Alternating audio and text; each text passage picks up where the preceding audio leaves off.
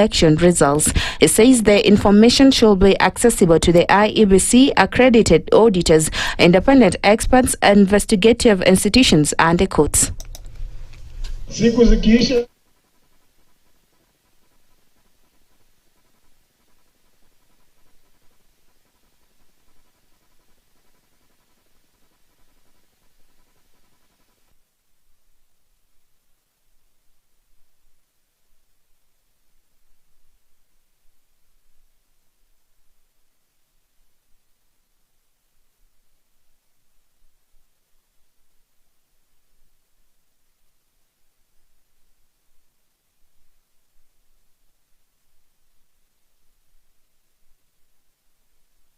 The call comes as the IEBC begins a new process to procure technology for the 2027 general election, igniting debate over transparency and verifiability of electoral system. Muturi's proposal is part of a broader campaign to strengthen electoral integrity. The government has urged political leaders and other stakeholders to promote national unity and conduct responsible campaigns as the country enters a new political phase ahead of the 2027 polls. The Ministry of Interior has assured Kenyans that the elections will be peaceful and that all voters will be free to elect leaders of their choice without coercion or intimidation. Speaking during an education event in Kajiado County Interior, PS Raymond Omolo urged the youth to reject politics based on ethnicity, religion, and regionalism, and instead embrace their identity as Kenyans.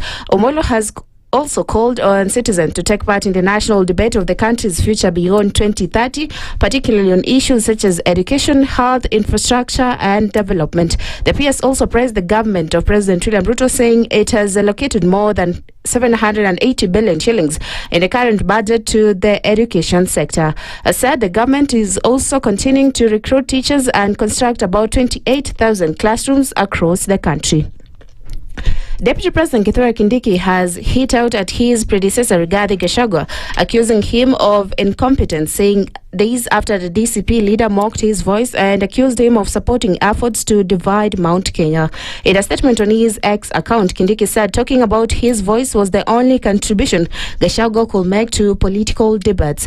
Kindiki said Gachagua's conduct was deplorable, alleging that he threatened his way into being Ruto's running mate in 2022 by organizing demos in Mathura and later wasted his 2 years as deputy president. Kindiki accused Gachagua of using his position in President Ruto's government to enrich himself while allegedly sabotaging it by inciting people against it. He also rejected Gachagua's claims that he sabotaged his campaign against illicit alcohol and drug abuse in the Mount Kenya region, saying he was never involved in politics while serving as Interior CS. And that's the news. I'm Sheila Timbur.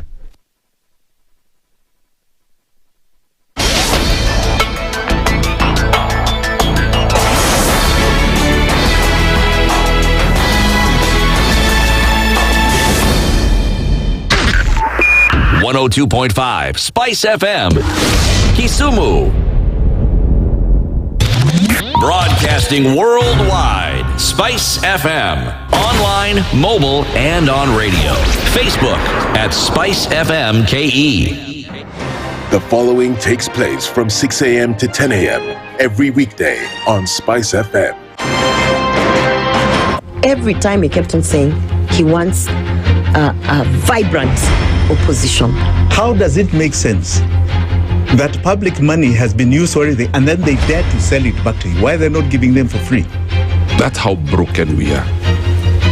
That's how broken we are. They're being sent home now for fees. They're going to fail to prepare. We are compromising the futures of these children. This is the Situation Room. The only way to start your day. The following takes place from 6 a.m. to 10 a.m. every weekday on SpiceFM. Parliament has got powers. Let me break it down. The National Assembly can initiate an impeachment of the president. This same National Assembly. Yes. That's our constitution. This is just a continuation of the previous administration, which Ruto was part of. President Uhuru himself openly said that we're losing 2 billion daily. Daily. I mean, come on. Are you saying that we don't have a central bank? If we look at Kenya, both public-private sector, that figure is ranging between 30 to 40%, right? I think it's clear that the government of Kenya is living beyond its means. This is the Situation Room, the only way to start your day. The following takes place from 6 a.m. to 10 a.m. every weekday on SpiceFM. Baba should disown these experts and say they went there on the, because he keep on telling us that these experts just you came from Dubai and you found them there already at State House looking for jobs. Government has to has to introduce austerity measures. It's something that this government and the previous ones have not been able to do in this country. We've talked about it so many times. And really, I think you have seen the modus operandi of William Samoei Ruto since he came in. It's just showbiz. This is the Situation Room, the only way to start your day. The following takes place from 6 a.m. to 10 a.m. every weekday on SpiceFM. In this country, 6 families and 8,000 Kenyans control 90% of the GDP. We are not a country. We are a plantation. We work for Ruto. When you're telling the judges court orders are papers or they will not obey court orders, they're sitting and you're seeking orders from them. So how are they supposed to interpret it? Isn't it an oxymoron? When you see a judiciary that seems to be under some control somewhere, you start questioning. We have very powerful governors, but they don't use their offices to serve the people. If you are not shameful to do what you are doing, why should we protect you? I'm human. Everybody's human. So when you're told, kuja tuongee, I mean, you'd be a fool to say, stagi kuongea today. Conversations have to be had, you know? People in leadership should only go into leadership if they are ready and willing to change the lot of the people. The Situation Room, Kenya's biggest conversation. Mature, intelligent talk every morning. Spice up yourself.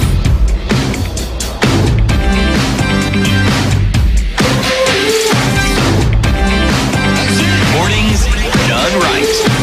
94.4 Spice FM, Nairobi. And just like that, it's the 17th of August.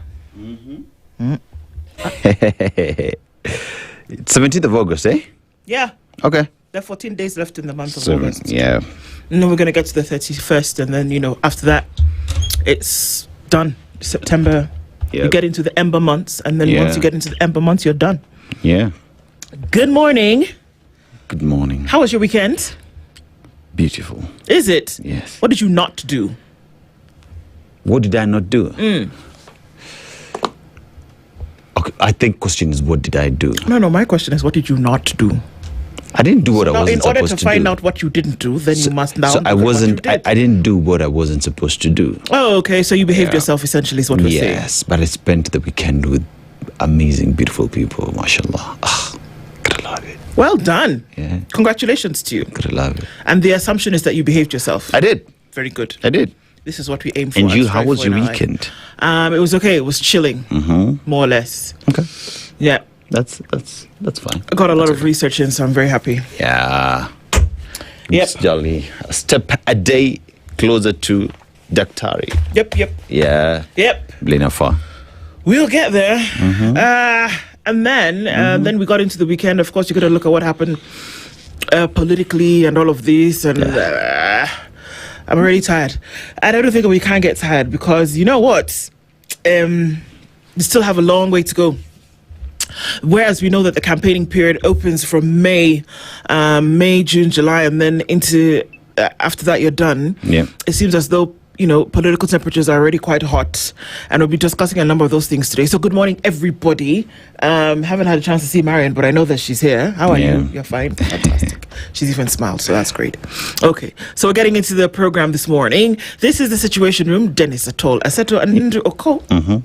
with you this morning. Let me let you know what our conversations will be. Hoping everybody did have a good weekend.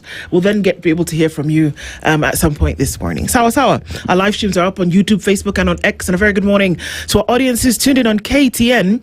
And then, of course, there was a lot of sports action this weekend. Yeah. Let me tell you something. Cameroon in the WAFCON. Did that beautiful. Man, the Cameroonian goalkeeper just showed the world the stuff that she was made of. She deserved that trophy. My God. I just want to say that those women played some beautiful football that culminated in the final of the WAFCON. So Cameroon, well deserved, and they did a fantastic job. And then now that we'll not be able to hear what the Premier League officially comes to, opens with the Community Shield yesterday played between Arsenal and Manchester City. And Arsenal showed up. Yeah. They're still in their winning ways, it would appear. So Community Shield is home, eh? Community Shield. Yes. Okay. That's essentially the match that you used to kick off the Premier League. Yeah. So that was fun to see. So that's kind of like what the weekend looked like. And then Homa Bay. Well, yeah. A lot of things will be said. And I think maybe we can just prepare ourselves for those many things that will be said. Yeah. For us to give information and to then, analyze, comment on. But at the end of the day, we need to be going towards a place where it's going to actually be for the people, for better for the people. So based on that, let me tell you what our conversations are going to look like today. It is Monday, so we're going to end it with Dear Mr. President. That happens this morning and at 9 o'clock. So we'll have a conversation with the president at 9, and we're going to be looking at whether democracy is under threat. Is it under threat? And first of all, maybe we're going to be defining what democracy is. We throw it around like, it sounds nice, democratic, operating within the democratic space, living out the elements and tenets of democracy. But do we really understand what that is? And if we do, then you can ask the question about whether it is actually under threat. We'll have that conversation with Dear Mr. President at 9 o'clock. At 8 o'clock, Rallies, Goons, and 2027 is political violence back. Frederick Okango is the strategic advisor, and Dr. Peter Ambay is the Secretary for Planning and Economic Affairs with DCP. I don't think is even a question. Is goonism back? Yes, it is. I don't even think that it went anywhere for the longest time. It's back, and are Kenyans going to be accepting of this? It's a conversation that we will have at 8. We're going to start off our conversations this morning with the Professor Peter Kagwanja, who's the CEO of the Africa Policy Institute. 2027 tensions. The tension is rife, people. You can actually cut it with a knife. From partners to political rivals, realignments and betrayals. Let's have that conversation with Professor Kagwanja at 7. And so that's what it looks like. You know what? These conversations will help us align, inform, and educate ourselves about the things that are going on. And it'll also help us to then make decisions moving into the very near future. So Karibuni Sana, thank you for being here this morning. Always lovely to have you. Talk to us in a little bit about where you're tuned in from, and join us in this conversation this morning. I think that everybody listening from where they are is in the right place. So Karibuni Sana. And as we get into it, I'm curious as to which country you've taken us to this week. It's just a country called Mauritius. Oh, just over here. Aputu Simbali. So it is Indian Ocean coast, around 800 kilometers off Madagascar. Now, capital city is Port Louis. Port Louis. Port Louis is Port Louis. The country's main commercial and administrative center is what you're being told, and it is famous for something called dodo bird. Famous dodo, the extinct dodo. Yes, was the only home of the dodo and flightless bird that became extinct in the late 1600s. What do you think happened in the 1600s that the dodo disappeared? I don't know. I think it just wasn't. I think people may have actually hunted it. Yep. Because from what we hear, it was a big bird. I think people hunted it, and then people did not, at that time, maybe in terms of what needed, there was never the imagination that this thing would go out or extinct. And I think that people also, or animals, then left it vulnerable for other animals to hunt their eggs. And because it was a flightless bird, then it was easy to hunt. It was easy to just get rid of it, pretty much. Yep. Yeah. people. We're just the distraction this world knows, Let's just be honest. But the proverb that we get from the people of Mauritius and would relate to what happened to that bird. Wrong doesn't become right and evil doesn't become good just because it's accepted by a majority. Wrong doesn't become right and evil doesn't become good just because it's accepted by a majority. Absolutely. Yeah. Wrong is wrong. It doesn't matter whether we're going to all come here and talk about, it's the way we do things. Yeah. It's acceptable because that's the modus operandi. No, it is wrong. It is wrong. And I think that the sooner we embrace that and continue to pursue this path towards just doing the right thing, I think that we'll be better for it. Yeah. I think oftentimes you say, well, what is wrong? And I think what is wrong is that we fail to do right. Yeah. So often that the wrong becomes right, and it's not, and we shouldn't be accepting of it. Yeah, I think that's a proverb with a moral lesson this morning. Yeah, I mean, just be a good person, do good, because like we keep saying, right, it starts wrong. You get, when it starts wrong, everything just becomes wrong. There is no day when something that started wrong will be right. Yeah, that's number one. Number two, each and every single person knows what is right and what is wrong. If you can insert the correct pin in your phone, you can insert the correct pin in your ATM card. Imagine the difference between right and wrong. Yeah. Simple. It's a choice that you make. It's a choice that you to go in one direction or another. Yeah. That's for sure. Yeah. Why do I feel like I'm forgetting something? Yeah. Apart from that. Did you say we're having a conversation with Kenyans at 9? Yes. 10 you did? Okay. Dear Mr. President. I did. Okay. Well, perhaps. It's okay. I guess we're on time. It feels weird. There you go. There's the proverb in living color. All right. So very good morning to everybody. Where is it that you're tuned in from this morning? You might come in later and find that we've moved on. Shockaroo. But anyway, let's say hello to you this morning. Tell us where it is that you're tuned in from. Don Sabo says, good morning, Nduh and Aseto. Good morning to you. Bon Aseto. Yes. Unaulizwa? Yes. Okay, I don't know if it's a question, but here we go. Yeah. Oh, no. Is how we are starting this question.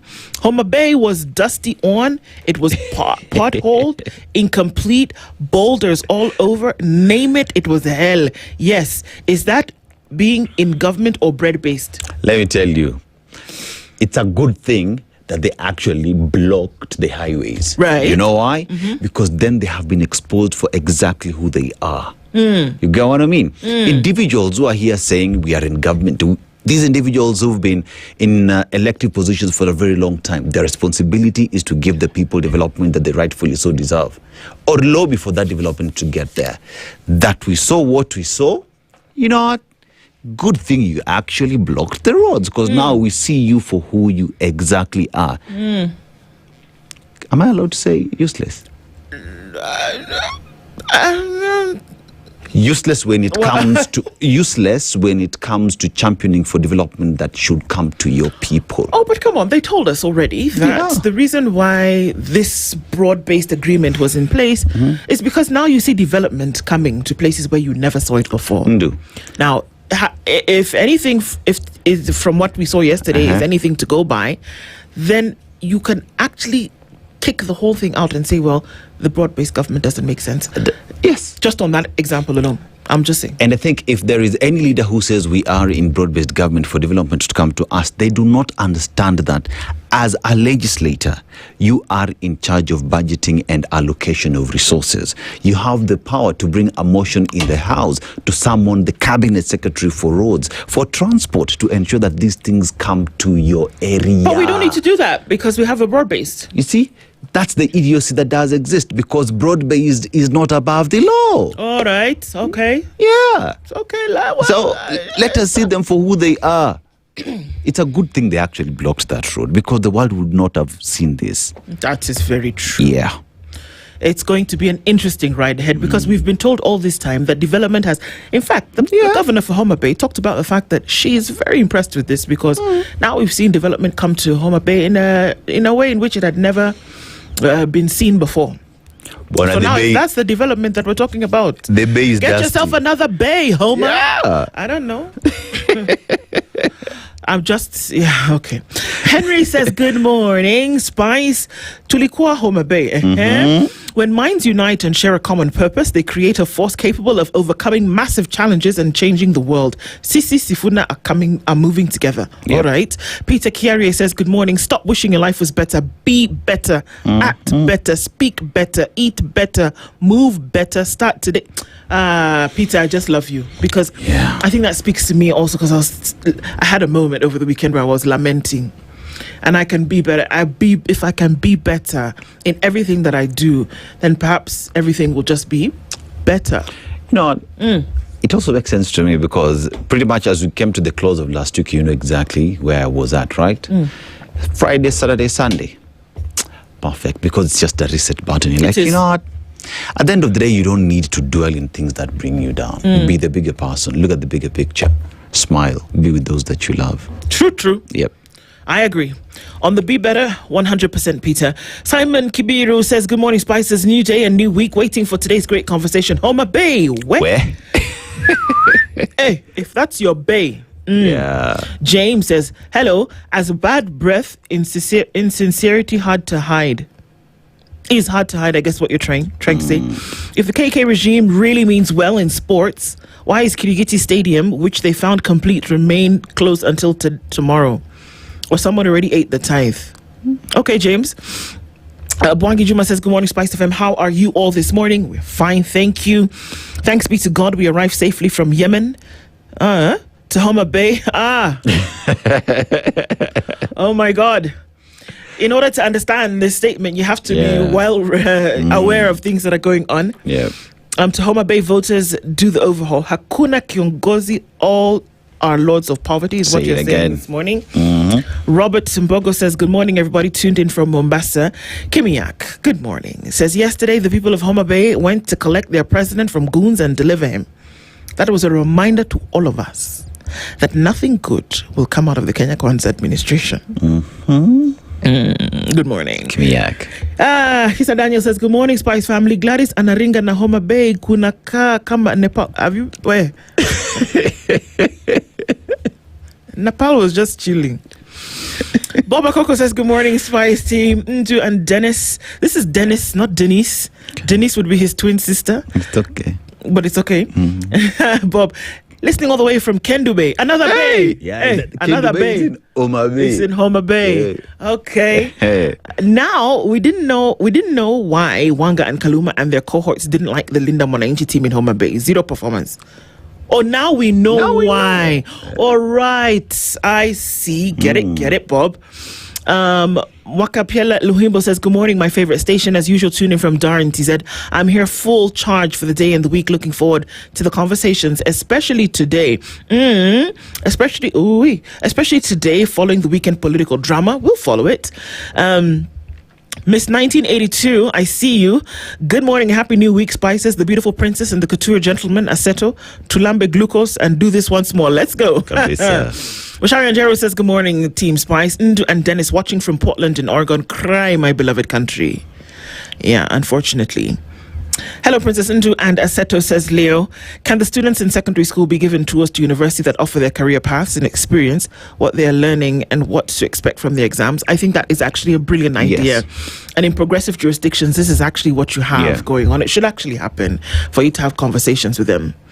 Roger Nyange says, good morning, tuning from Bidikani in Voi. Goons here, goons there. It's goon land. Expecting another warning, threatening Rigathi Nahuru, downplaying the goon threats to the motherland. That's what's going to happen. Monday is bound to be very interesting. Yeah.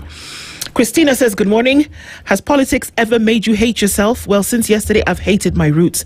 I wonder why my mother left all tribes. Akajipata kwa my tribe. My tribe is evil. I'm ashamed. Why, Christina? Even though tunamuka leo asubuhi. Small, oh, my sister, I beg.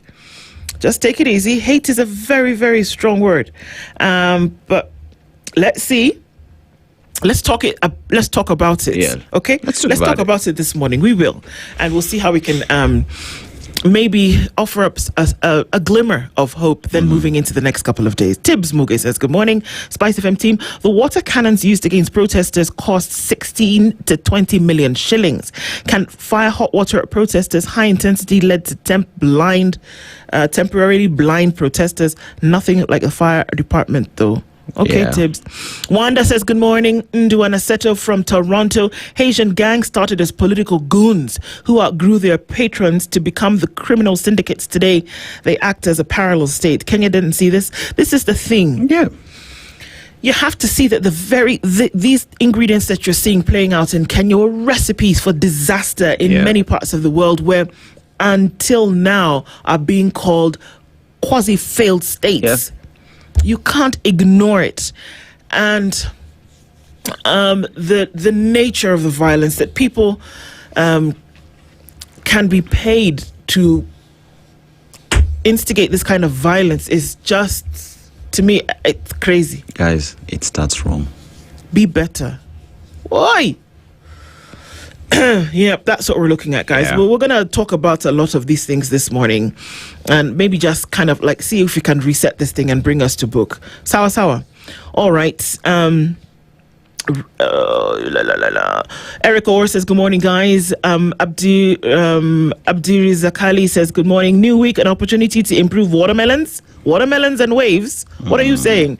Christina says, "Instead of affordable housing in Homa Bay, ni si wajengewe barabara. Afadhali zetu za kwa, we go for shopping in Sophia shopping center kwa Lami." I've been to that specific Sophia shopping center. Yeah. Don't even ask me, but I know. It's not too far from Ngoli, but don't ask me how I know. Okay. But we just keep it moving. Let's move. Rose Grace says, "Good morning, Nduh and Aseto. Blessed week ahead, dear ones, and to you too. Mad Max scenes like yesterday, I tell you, it was crazy." Yeah. Osana Emily says, "Good morning. Primitivity at its best displayed in Homa Bay. How has the leadership benefited with all, if not rotten eggs splashed on their faces? Great week ahead. And to you too."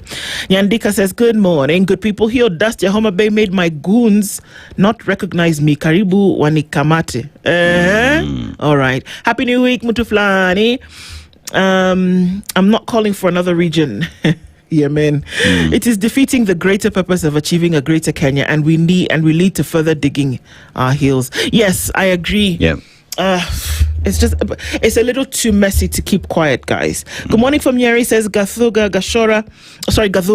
Good morning to you, Gashora. Irene Kenywa says Homa Bay rewards equals goons plus their fees equals Okoh equals development. I'm not sure about that math, but okay. Paulo says, "Good morning. At least Linda Mwananchi made us see the remote side of Homa Bay, the Yemen side of Kenya. Yikes." Nancy Abura says, "Good morning, Team Spice. Watu wa HB, how are you?" HB ni wa Homa Bay. Homa Bay. So what we're talking about today, Mnachafua the 6 with dust. Shame on you. I like how you spelled shame on you. Washo Gatoto says, "Good morning, my darling Nduh and Aseto." Good morning, Washo. Truth and morality are not decided by popularity. It is a reminder to have the courage to stand by your principles, even when you are standing in the minority. Kabisa. Oh, man, Washo, you've said it. Yeah. You might find like you're an island. Stand on it. It doesn't matter. It will pay. I think there's a phrase. I really love that phrase in Kiswahili. Itajipa. That's what it will pay. Yeah, it will pay. It'll pay. It will pay. Faith Sander says, "Good morning. Did you get another Bay, Homa?" I did. Yeah. You did. It's funny, isn't it? Faith, good morning. Good morning to Nduh and Aseto, she says. Irene Kenywa says, "Good morning. Homa Bay, tunataka power through our brothers selling birthrights." Marley Paul says, what we need most is peace. You will understand that when you are in the tourism industry that thrives in a peaceful environment. And the moment you have chaos, all the tourists will disappear and we go. Yes, that's true. It's an element of it, but it is very true. Takawiri is in Homa Bay, right? Just saying. All right. Just saying. Dennis Mramba says, "Good morning, Mbele. Good morning, Mbele, and the best of civic educators. Keep up the good work. What is being experienced in Kenya is a very early warning for the country going to the dogs. The KK administration knows. Somebody knows, that's for sure." Ernest Shipale says, "Good morning. Please check on radio signals. It's not working in Kantafu, Kangundo Road. Allah, you're in Nairobi. We're going to assume that you're in Nairobi. You should be fine. 94.4, bro. Try that. Sawa. Drift Session says, good morning. Bay Area, welcome to Kenya. Which Bay? Homa Bay. Homa Bay. Yeah. Good morning, my lovely people. Tuned in from 001. I was disappointed by my country leadership, says engineer Julius Opan. Why hire goons to block roads for other leaders? Convince people, but don't force them to support your peers. And I think for me, that is political maturity, where you understand that if you're truly pushing an agenda that makes sense, you are not going to need to mudsling or counter the other. You don't. Let anybody say what they want to say. If you're standing on business, you don't have to worry about what anybody else says. Yeah. But the mere fact that you want to stop them from coming means that perhaps you're a bit wobbly. True. In your own you ideology. Want to hide something. You have to think it. You have to think it and see what I'm saying. It's true. Andrew Shearer says, good morning. Deno Acha could catch my feelings. Kenya in a die prayers. Good morning, Spices. Let's do our best in all we do. Seattle thinking about our beautiful country. Okay. Linda Gola says, bonjour. How long has devolution been around? 13 years. Have the counties been getting... So it's been around since the 2010 constitution, but practiced and established since 2013. All right. Have the counties been getting more allocations for development? Yes. Marginalization may have been there, but it is time to stop using it as an excuse. Thank you. Kabisa. Tell me something else. Oscar Oguta, the current ODM are a disgrace and the embarrassment to Raila's legacy. Raila fought for the Constitution 2010 to try to cure the mess, but unfortunately, the leadership are always letting him down. Well, Raim Tulomo says, good morning, tuning from Nairobi. Nduh, the British couple traveling from London to Nairobi by road, they have finally reached. Hallelujah. When did they reach? By road. Wow. How long did it take them? Do tell. The 2000 says it's about time the Kenyans stop lying to ourselves that we are truly sovereign. The presence of foreign military boots on Kenyan soil should force us to question what sovereignty really means. Yeah, because I keep asking, where in the UK, somewhere in Cheshire or somewhere in Birmingham, do you see Kenya Defence Forces, just literally roaming around? Just, Yeah, Jay. Nowhere. Thanks. Nowhere. I'm just saying. I absolutely agree with you. You're right. The 2000. Paulo Laka, we see you say Happy New Week. Shame on the leaders of Homa Bay. Leonard Cheng says goo. I think you're trying to say good morning, but we'll take the goo. All right. Maxio Pondo says good morning, you wonderful people. After the Afghan experience, all public workers must use public hospitals and Vumbi roads. Hopefully they'll do something about it. Yes. Dennis has been saying let them send their children to the schools. Let them go to hospital in the public arena. Let them. In fact, make it a law. Yeah. The things that Kaluma said should send him to jail. Should land him in jail. I'm still asking. Let us just be very honest. Let's be honest. That the things that he said, he too should have been arrested and had a conversation with the DCI. We should be seeing 80 plus, if that is the standard, 80 plus police officers going for him. Because let me tell you, there is translation part of it when you're being told. When you understand what he's saying, and it hits different. You know exactly he was speaking to emotions and the hearts of people. That we're seated here today and the gentleman is still perambulating somewhere is wrong. We cannot live in a country where we are applying justice selectively. And I don't care what side of the political divide you are on. These are the things that we're talking about. I'm going to urge you. I think the tape, I have them, I actually have some of the recordings. But the tape of what was said before war or this massacre broke out in Rwanda, of the things that were being said is no different from what the likes of Kaluma was saying just over the weekend. You guys, it's the same thing. This is part of the conversation that we're going to have with Prof at 7 o'clock, because what on earth? What? On what? What on earth? So, Marley, you're right.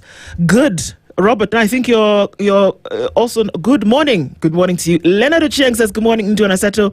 Alafu after hii groundwork yote atisifuna akwe deputy president. Hiyo mchezo atutaki. Kalonzo is just chilling, waiting to be named the presidential candidate. Maybe that's what the watermelons are for. Isakari says good morning TSR. Here I am covered in dust. Now I have a Homa at the hospital bay. Smooth. Where is Akale? Need to be checked. Oscar Oguta says, today, Truly, Ruto has won to dismantle and destroy ODM. Such a sad story. That's why most of us were against Raila joining Broadbase from the beginning. Levi Moriasi says, good morning, Nduh, Aseto. This is Levi Moriasi from Mamboleo Kisumu. I love how you announce yourself. Yeah. My son Asher does the same thing. He calls me and says, hi, Mom. I'm Asha, so I know. So good morning to you, Mambolea. I hope this is morning. I hope this morning you may spell Jina Lako correctly. Kabisa, well done. Makofi. Happy hours ahead, indeed. Makofi kwako kabisa. Gadhua Gashara, we see you. Good morning from the beautiful Nyeri. I just hope Sufuna didn't get Homa. Ugly is an understatement. It was crazy. Yeah. Wakama says, good morning to Aseto, still in Dublin. Okay, Yani Kenya is unlike any other. It's too much. I was so anxious for you guys this morning. Please, hata mwecheche inauliza tutadu. Musema Okweli says, now imagine 99% of police and security officers crying to Rigiji Hawasaidie. They have rejected being used to attack Kenyans and destroy properties by Kasonga and Murkomen. Let's take back our country. Okay. Bernard Jabari says, Sasa Wanga Kotutam, but nothing much to show, surely. Ephraim Katem says, good morning. I'm wondering the chief goon seats in the cabinet. Where are we heading? That's a good question. I'm going to get through this quickly. Wala la la la. Irene Kenya, we see you. Bwangi Juma, good morning. Abdiz Aziz Omar. Eric Homo, good morning to you. Eric from Lukenya, radio frequency is not clear at all. 94.4. You should be fine. There's no signal in his land. Check it, because 94.4 all around Nairobi. Eric Award, devolution was the greatest con ever pulled on Kenyans, is what you're saying. It seems like we may not have signal in Nairobi. Rahim Tula Omar, last week after 222 days. Herbert Shikukane says, good morning. Turkana is much better than Homa Bay. Okay. And Owen, good morning. The vibing duo. Tell Kenyans to vote wiser for the much fought for devolution to work. That's why Muranga looks different from dusty Homa Bay. Ni kweli ni Bay ya Homa. Kabisa. Okay. Yep. Okay, everybody. Karibu sana. It seems like we might be having a problem in Nairobi. We'll get to that and let you know about that in just a minute. All right. A very good morning to you. And thank you for being here. Getting to everybody. Yikes. Time is running away. But let's take a look at what's happening in the skies and on the roads. And then we'll come back and take a look at what's going on in the headlines. Good morning, everybody. Karibuni sana. This is the Situation Room. The only way to start your day. The weather with SpiceFM.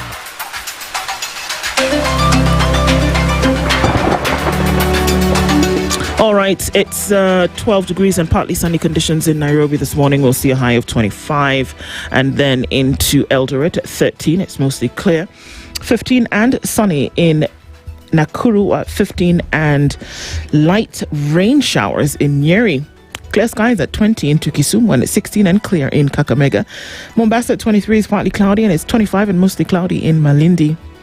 18 and sunny in Marsabit, and we're looking into a clear Kampala at 18 degrees. It's 21 and partly sunny in Dar es Salaam. 8 degrees and clear in Johannesburg, while it's mostly clear at 25 in Lagos. It's 18 and cloudy in London, and 30 and mostly sunny into Beijing. Sunday night in New York is 20 degrees. Coming into Monday, we'll see a high of 26 and a low of 20. Chilled Spice.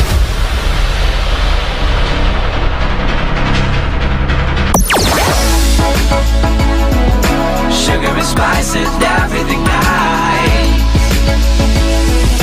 Spice FM. Spice up your life. Traffic. All right, so what's happening on the streets this morning? Some traffic starting to build up as you come in on the Thika Superhighway, and just right now limited towards the Pagani underpass. Apart from that, we're seeing little bits of traffic starting to build right around Kangundo Road, and it's busy on North Airport Road, taking you out then towards Embakasi or towards Cabanas, whichever direction in which you're going. And so also we're seeing some traffic starting to form right around Wakulima, and that it's busy for most parts of the morning, and we'll also see that start to build as you get into the CBD this morning. Coming out of Westlands, we're doing okay, at least for now, and the Southern Bypass looks really good. Ngong Road is also moving smoothly, not a problem here. We're keeping an eye on all of this. We'll talk and keep it moving. SpiceFM KE on X, hashtag the Situation Room. As the sun rises, so do we, as we trust it to rise and set without any worries interrupting your day. StarTime's home solar solution with solar panels, hybrid inverter, and lithium battery. Powering your prosperity and happier life. Empowering you to do the things that really matter. better. A complete and reliable home solar solution. Call us today. StarTime Solar. Power your life. Mature, intelligent talk every morning. Spice up yourself.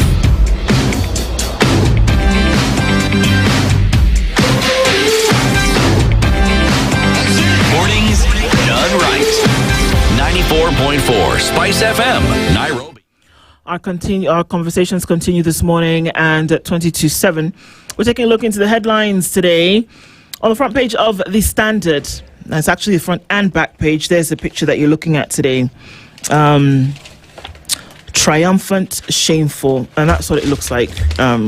Today you can take a look at that. The pictures spread. It's a spread, actually. The pictures that tell 1,000 words, and that's what it looks like today. The dusty and forceful entry into Homa Bay. Hostile attacks by goons wielding crude weapons, barricaded roads and burning tires disrupted the Linda Mwananchi's brigade's tour of Homa Bay yesterday.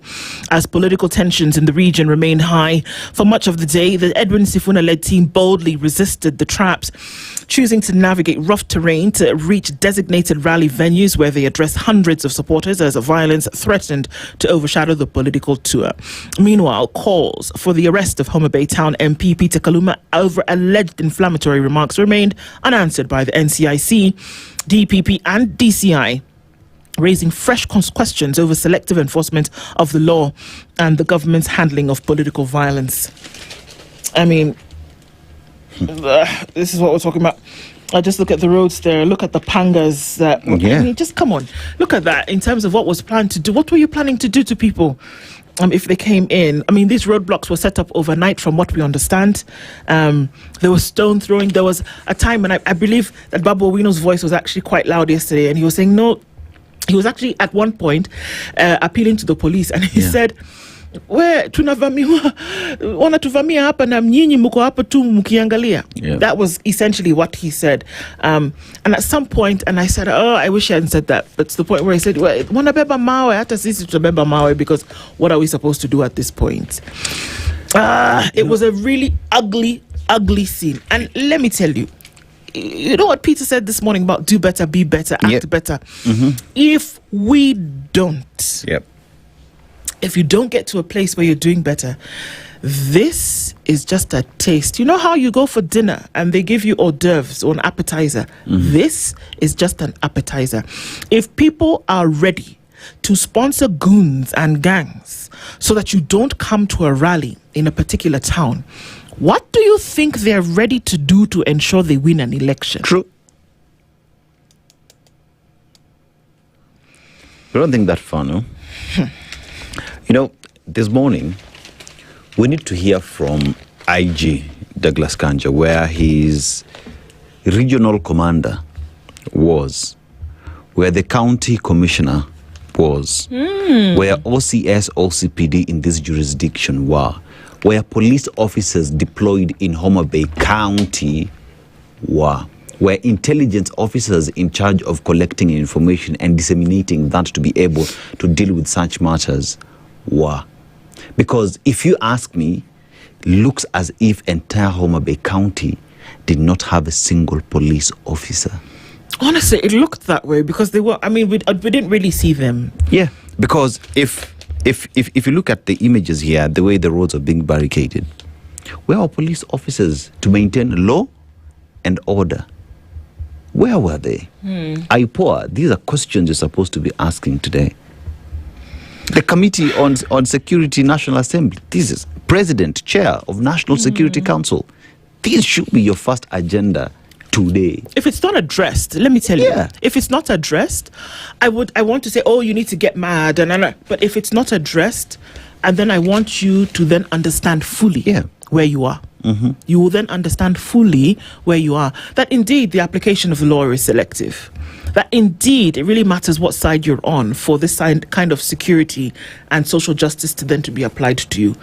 If it is not addressed, then you will know where you are. And then once you are aware of your situation, you can then make a decision as to whether you're comfortable staying there or you want to change address. Yes. Capish? Can I remind you of something? In All Kalau, during the election, what did we see happen? And for reinforcement of officers we saw. Yeah. Water cannons were sent to All Kalau when they were just going to exercise their democratic right. In Homa Bay, there were signs and signals that there was going to be violence. For crying out loud, you had somebody who told people to go and vamia people in hotels where they are. Yes. You before the thing, you had Before somebody the thing. standing, speaking in public. It was not at night under a quilt somewhere. It was in the middle of the day, and they were very clear. So whether you speak or understand the Luo or not, it was there to be heard. It was there to be seen. Come on. If it's ferrying officers, or Homa Bay has an airstrip, you could ferry the water cannons and reinforce security officers in Homa Bay County. Yeah. Nduh. Lazima leo tuambiwe. It stinks, guys. It stinks. It does. And I'm going to say it again. If it is not handled, then you know where you are. Yes. And then you can decide what to do about whether you're going to change address or whether you're going to remain here. Yes. That it should be applied across board is the thing. And I know we'll be talking about that today. On page 2, Linda Monanchi breaks through Homa Bay barriers to hold rallies. The rallies were still held is what we are being told and what we see. What did Gachagua say yesterday? He said Homa Bay naka nini? What did he say? It's the way he said it and I was like, wow. Okay. From running for glory to running out of hope for a son. Even Skitty, a Kenyan athlete, was captured by Ukrainian forces after joining Russia's war. His mother now pleads with the government to help her bring Skitty home alive from Ukraine. Yes, I'm going to stop there because bring him home. Chief Security, Super CS, Prime Cabinet Secretary, and Ministry of Foreign Affairs. Thank you. CS Ministry of Foreign Affairs went and had a meeting with his Russian counterpart, one Mr. Pavlov, and you had agreed, Abi. We should bring this boy home now. I beg. Come on. Some of these things, no, we cannot continue to deal like this. It's not good. I beg. And so now she's crying, worried about her son. Yeah. The story by Standard Team on page 4, it says, shame as Gladys Wanga Kaluma unleashed violence against freedom. So is it a violence against Wananchi team, Linda Wananchi team, or was it violence against freedom? To then be able, because come on, let me ask you something. And this is for anybody, by the way. I don't care what political side, whatever side you're on. What is the problem in going and holding a rally wherever to just see? But if I try to stop you, it could mean one of two things. Number one, I don't want you to gain popularity in that area or establish any kind of foothold. Number two, I am actually ashamed of my position and what I have or have not done, and I wouldn't want you in any way to counter it. I think the latter. Or both could actually be true. Yeah, that too. It's because you want to maintain the status quo. Because remember, these are the very same people who are also fighting for what exactly? Zoning. Now you understand why zoning is a conversation piece? Yeah, it had to be. Yeah. Because what on earth? Muturi presses IEBC to deliver a credible election. And I think during the LSK Gala dinner in Diani, Nairobi Senator Edwin Sifuna spoke directly to Ethicon and he said, you think now the people who are holding you to account, you think it's hot? You wait until next year, the election. It is going to get hotter. Otieno Kajwa used to say, it's getting hotter. It's going to be hotter. Essentially is what they're being told. So it seems like he's getting a lot of pressure to get this and get it done right. Animal Farm. If you can read Animal Farm by George Orwell, you should actually read that book because you will then be able to have a playbook for a lot of political scenarios in the country at the moment. That's where we are. Leaders decry selective fight on incitement. Yes, NCIC. Hello. Kukuruku. It's morning. It's morning. Yes. We can understand that maybe it was. Come on. You need to not just pronounce yourself on certain things, but you actually need to keep it moving. 2 billion shilling graph files. EACC lays bare details of stolen public money. Really? Okay. What next? Second-term governors face political gamble ahead of the polls. A lot of them want to come back as senators. And there's a healthcare crisis. Patients die. Hello? Yep. Patients die as state, counties keep wobbling. When it gets here, there's a problem. The strike has been on for 79 days. Medical staff, including nurses and clinical officers in public health service institutions across the country, have held back their services because you just cannot do what you said you would do. Period. You can paint it, color it, put it upside down, bake a cake with it. At the end of the day, you didn't do Uncle, it's very simple. You did not do what you said they were going to do. Yeah. Now let's talk about universal healthcare. Where is it? It's under the table. When you're being told patients are dying, simply because you decided not to do what you promised, what you signed on, what is legal, and what is binding. Ibrahim Isa talks about corruption's other quiet face that Kenya has refused to see. Get a copy of the Standard this morning, folks. Hey, I'm already tired, Jama. I'm tired. I'm tired. You think you are?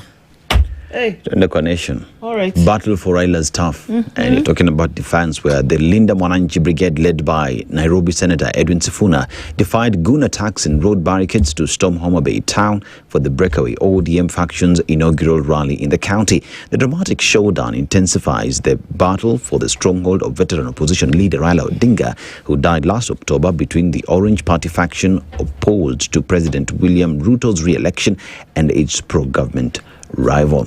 Inside, we see pictures of Senator Edwin Sifuna, Babu Owino, and Karoli Omondi as they were addressing locals in Homa Bay County. Now, housing levy defaulters face bank accounts and PIN freezes. New law gives the Kenya Revenue Authority enforcement powers as authorities crack down on those failing to pay statutory levy meant to fund the government's affordable housing program. Usipolipa utalipa. Now usipolipa tunakuzima. That pretty much. But what happens if someone genuinely so has been pressed and is unable to? I don't know. But you see, this is the housing levy is cut directly from your pay. From your pay, yeah. So there's no question about unable to. That's why they do it. Yeah, so what are they saying? So is it on employer failing to remit? Maybe on the employer failing to remit. Okay. Looming Nairobi chaos as City Hall staff strike. It is not looming. Why did they strike? See, because they have not been paid. It is on page 12. All right. So that money that they were talking about last week, they've not paid them yet? You know. Okay, very good. Nairobi. But your friend. My friend. Just, in fact, one of the Homa Bayans. Yeah. One of the Homa babies said that last week, the one who is in charge of the national purse said that they were removing money to send to the counties. Abi? What's up? The very same one who said, nikitoka hapa pesa itakuwa.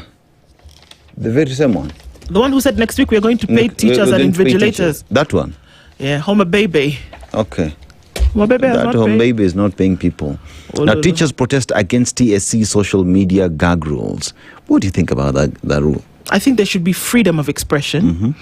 And that teachers are humans too. Hashtag free teachers. There we go. I've already started it this morning. Let them be, man. As long as you're operating properly, leave them alone. Yeah, I mean, for those where you'd see it clearly, there is a conversation here to be held. Handle it. But don't come up with the blanket condemnation of teachers who are doing an amazing job, you know. So I'm just, especially at this generation where your kids are on social media every other day. And just in case TSC has their head in the sand, like the ostrich, the entire world is on social media. Yeah. You cannot say you shouldn't be. Perhaps you should talk about guidelines or requirements within which you can operate. But in this day and age, you're saying that people should not. Hashtag free teachers on social media. Yes. Hashtag. Yeah, that's my hashtag now, of the day. Odenga, Orengo declares self-remaining Railas as Nyanza battle heats up. Wow. How Linda Mwananchi outsmarted roadblocks to enter Homa Bay. There's someone here who said... Gladdest is very shameful. Outrage over brazen attack on journalist at Homa Bay. So nations Odhiambo, AFP's Okoh and Ongoro faced brutality, hostility. AFP's Okoh actually was beaten up. His camera was taken. Yeah. Because he was covering the same. One asked the question, what is it that they do not want the world to see? What are you hiding? Because you know very well you've not delivered to the people of Kenya. Now, judiciary rolls out new curriculum for 2027 election. Now, courts handled 219 petitions after the 2022 contest, underscoring the scale of readiness for next year's disputes. So, yeah, there you go. The judiciary as well is getting ready for the elections. They expect a lot of petitions to end up at their doors, so they're getting ready. Now, debt. Angry youth and a divided nation. Tough road awaiting post-2027 president. Whoever wins next year's elections will inherit 13 trillion in debt and 700 billion shillings in pending bills. Dire economic situation. So it is 13.7 trillion Kenya shillings because pending bills is debt. Yes, it is. It is. Yes. So it is not just 13. It's actual, I think it's 14 because it's also not just plain 13 trillion. So we are in 14 point something trillion Kenya shillings in terms of debt. Ni hayo tu kwa sasa from the Daily Nation. Where? Even though tunaanza Monday. Even though tunaanza. Now, cheap spirits, boom. No, not the spirit for Holy Spirit. And not that spirit for the one who is lurking under your bed. Not those cheap ones that you buy. The cheap spirits, these ones that you imbibe inside Kenya's fake alcohol business. You people are drinking jet fuel. I beg. Just be very careful. Something is burning up your insides. There's a 203 billion shilling shadow market, and it's threatening lives, taxes, and legit businesses. And they're saying that, this cheap liquor is in the market. It's destroying people, it's destroying businesses, and it's also not working for taxes. The tax man doesn't like this too much. Attempts by suspected goons to disrupt rally thwarted. Everybody is reporting on this. So everybody, I guess, can see it, that it was clear what the goons were meant to do. The goons did not wake up on Sunday morning and say, let's go see what's happening on the roads, guys, and let's go put rocks in the streets. No, they were organized. They were arranged. They were planned. They were paid. That this continues to be modus operandi for quelling political rivalries, there's a problem. I will continue to say it. There's a problem. And it doesn't look good. But what are we being told? The attempts were thwarted and people came into Homa Bay and they had a conversation. The people came out in Homa Bay to say something. Musalia is talking not about bringing Kenyan kids back home from the war. He's telling Ruto that come 2027, we'll deliver Western votes to you. Shame. I just wanted... By the way, EBC, just so you know, it is not yet campaign season. Yes, just in case. IEBC actually announced that campaign season is between May 10th and August 1st, I believe, 7th, something next year. And cabinet secretaries, including the prime cabinet secretary, should not be campaigning because they are there to serve Kenyans. Sindio? Okay. Yeah. Just checking. Just checking. In case you are aware, you are the super... I keep forgetting. Prime Cabinet Secretary. Also, the CS Ministry of Foreign Affairs. You've also been sat on the board of this Nairobi beatification process. You've also been given, essentially, the roles that used to be the deputy president at IBEC. I'd say you have a pretty full tray, sir, and that there's certain things perhaps you should be paying a little bit of attention like bringing Kenyans who are stuck in Ukraine back home. Peut-être. Now, you've also now given yourself another job that you now said, the Western vote. We give it to you. Hey, when will you handle the things that are necessary? I just wanted to say that people are still coming back from the Middle East in boxes. In boxes, yeah. All right? Okay. Swali ilikuwa ni even in the already given jobs that he has, Those are 4 already. What has he done? Show me. So that even this one that is now saying he will deliver for President William Ruto, I have already seen that delivery is zero. Should I count them again for you? He's the Prime Cabinet Secretary. That means he's the big daddy of all the CSs. Yeah. Then he's also the Minister of Foreign Affairs. Then he sits on Nairobi. Those people who are going to make Nairobi beautiful again, 80 billion. IBEC. And then now he's been given the IBEC laws, standards, requirements, jobs. Which time do you have to go and deliver the votes? Or are you selling that you're taking Kenyans for a ride? Hey, yeah, it's already only 7 o'clock and happened to Tuko. The latest news from around the world. 94.4 Spice FM.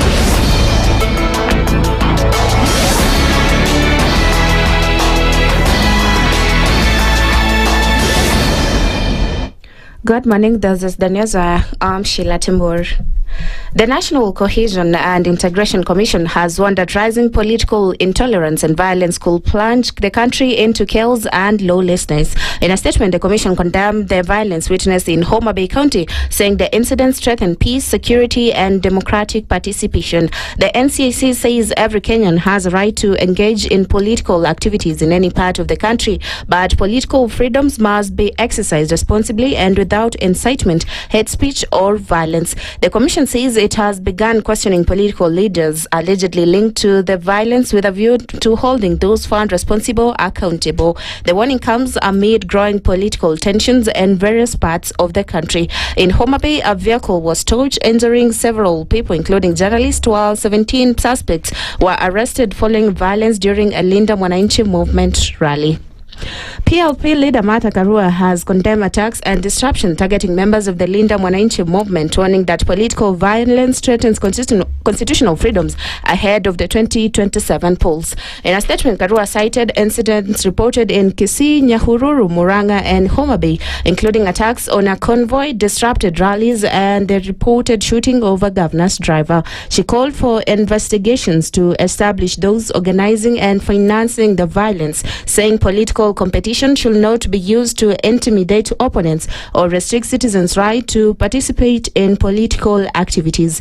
Meanwhile, Amnesty International Kenya has condemned reported violence, attacks on journalists, and destruction of property in Homa Bay, calling for independent investigations and protection of journalists, political actors, and residents.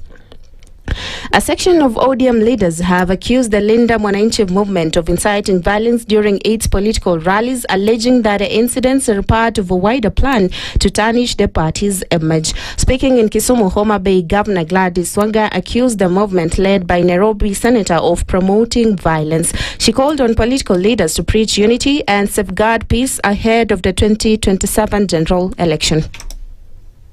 And we have prayed that as we go into this election year, this country remains united. Because we all walk the same journey. Nobody must remain outside.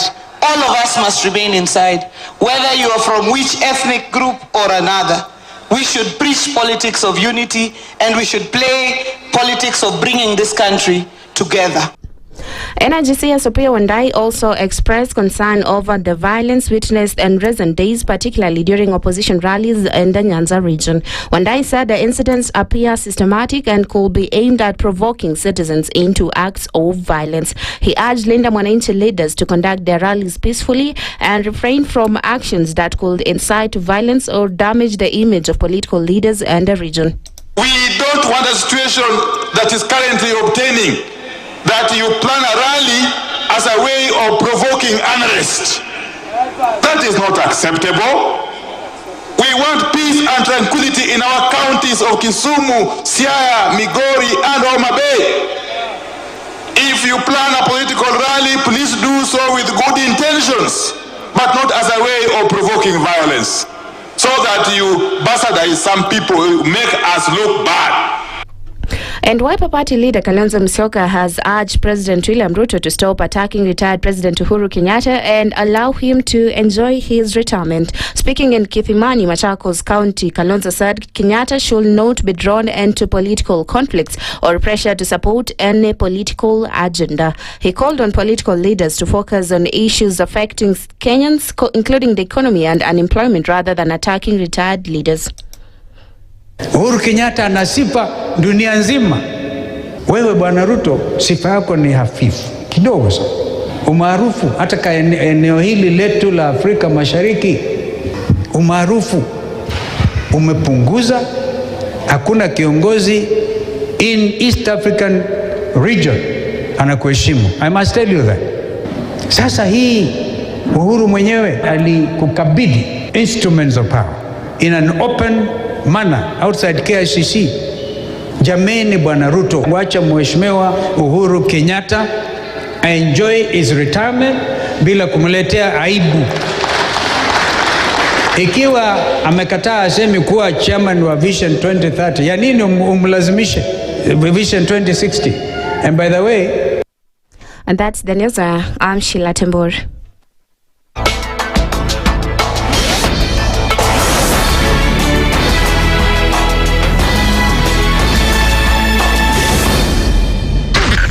SpiceFM, Nakuru. The following takes place from 6 a.m. to 10 a.m. every weekday on SpiceFM. We look at the utterances of leaders who are aligned to broad-based, who are initially in ODM. We thought they stand for something. Now they've been exposed. Because we are a third world country, we are poor. And not because we don't have resources, but we have been robbed senseless. Look at the wasteful expenditure. Look at how large government lives. And we've said this is something that can be controlled. It happens in many other countries. Internally, we used to stand and tell him, boss, hii kitu ni mbaya. And you'd say, now he doesn't let me tell you. You saw the other parliamentary group meeting. People went there, sat, listened, looked at him. There was no plenary, left. The Situation Room, Kenya's biggest conversation. The following takes place from 6 a.m. to 10 a.m. every weekday on SpiceFM. You have land, Dennis. Yeah. Okay, your own land. You use your own money to build it, and then you sell it to yourself. But we don't want foreign troops on Kenyan soil. But surely it goes a little bit deeper. This is it. If you find the tree is withering, then you call the person who is managing that tree. Come around. Yeah, Why don't tell me what is first of all, what's the problem? Yes, what is the problem there? How do we expect ourselves to move forward as a country? The Situation Room, Kenya's biggest conversation. The following takes place from 6 a.m. to 10 a.m. every weekday on SpiceFM. He is himself actually has admitted that he bribed members of parliament. So he admitted that he bribed members of parliament. Well, when he said the government, when he said that he gave the 10 million was for what? We're always quick to point faults in somebody else before you look at your own faults as a person. If it was Kanu's day, hii amuka naye leo ungekuwa umeenda mbali sana hii. So when we must celebrate you. There are 600 million people now globally estimated to be living with diabetes in the world. So it is a major health problem. It's the largest single disease rising pandemic that we're dealing with right now. The Situation Room, Kenya's biggest conversation. Mature, intelligent talk every morning. Spice up yourself.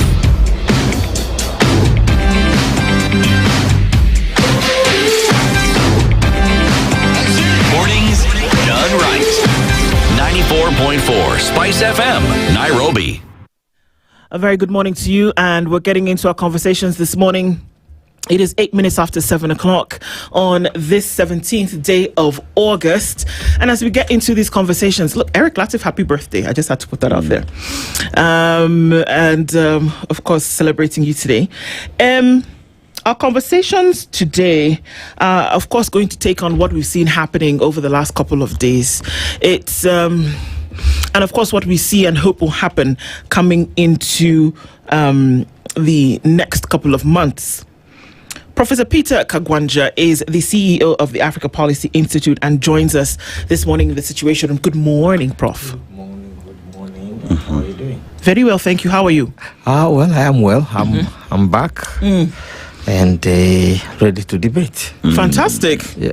There are some tensions, as you may have been told. Yes. Or you may have seen. Yes. We're going to try and debunk those a little bit and talk about, some of the things that we should probably not be dabbling in at this point.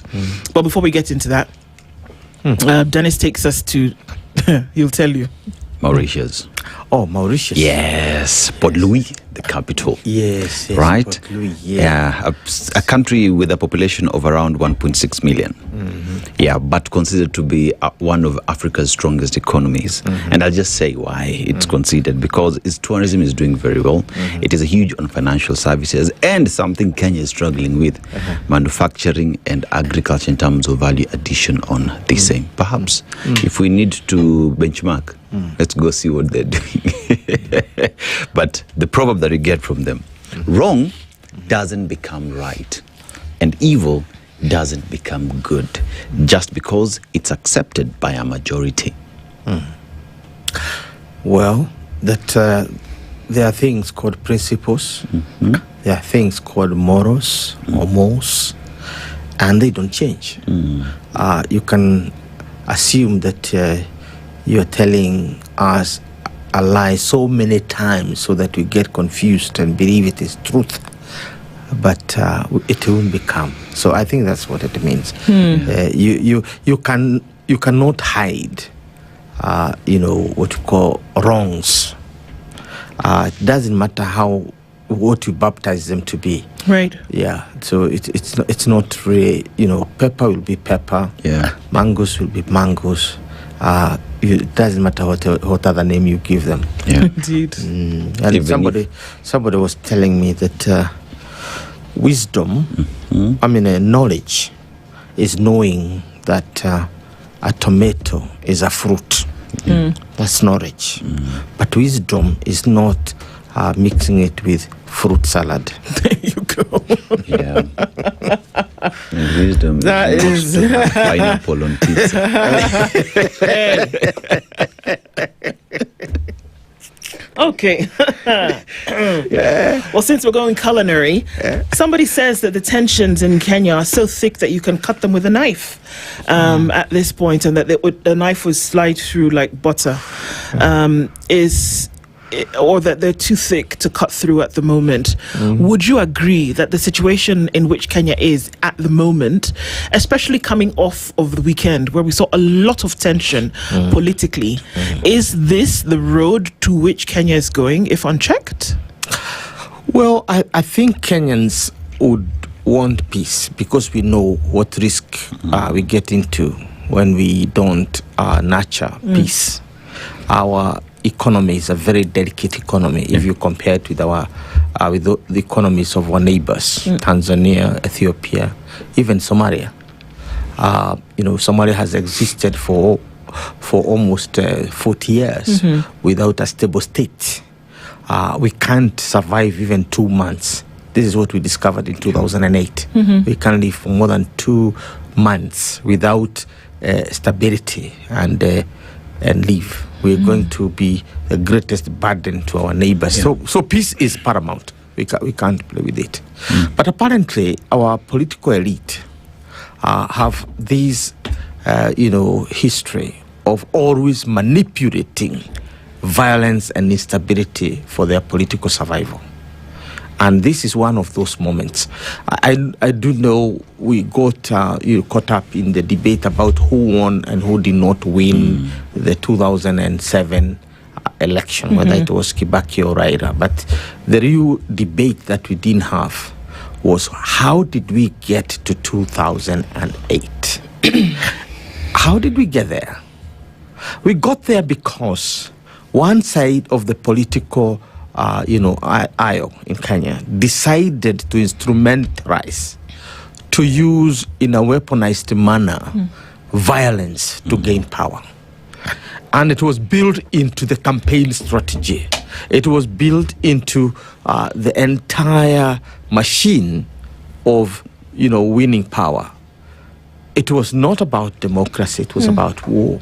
And therefore, we saw that happening. But more importantly, it was a culmination of nearly or over a decade of the weaponization of that kind of violence by the Moi regime, if you remember.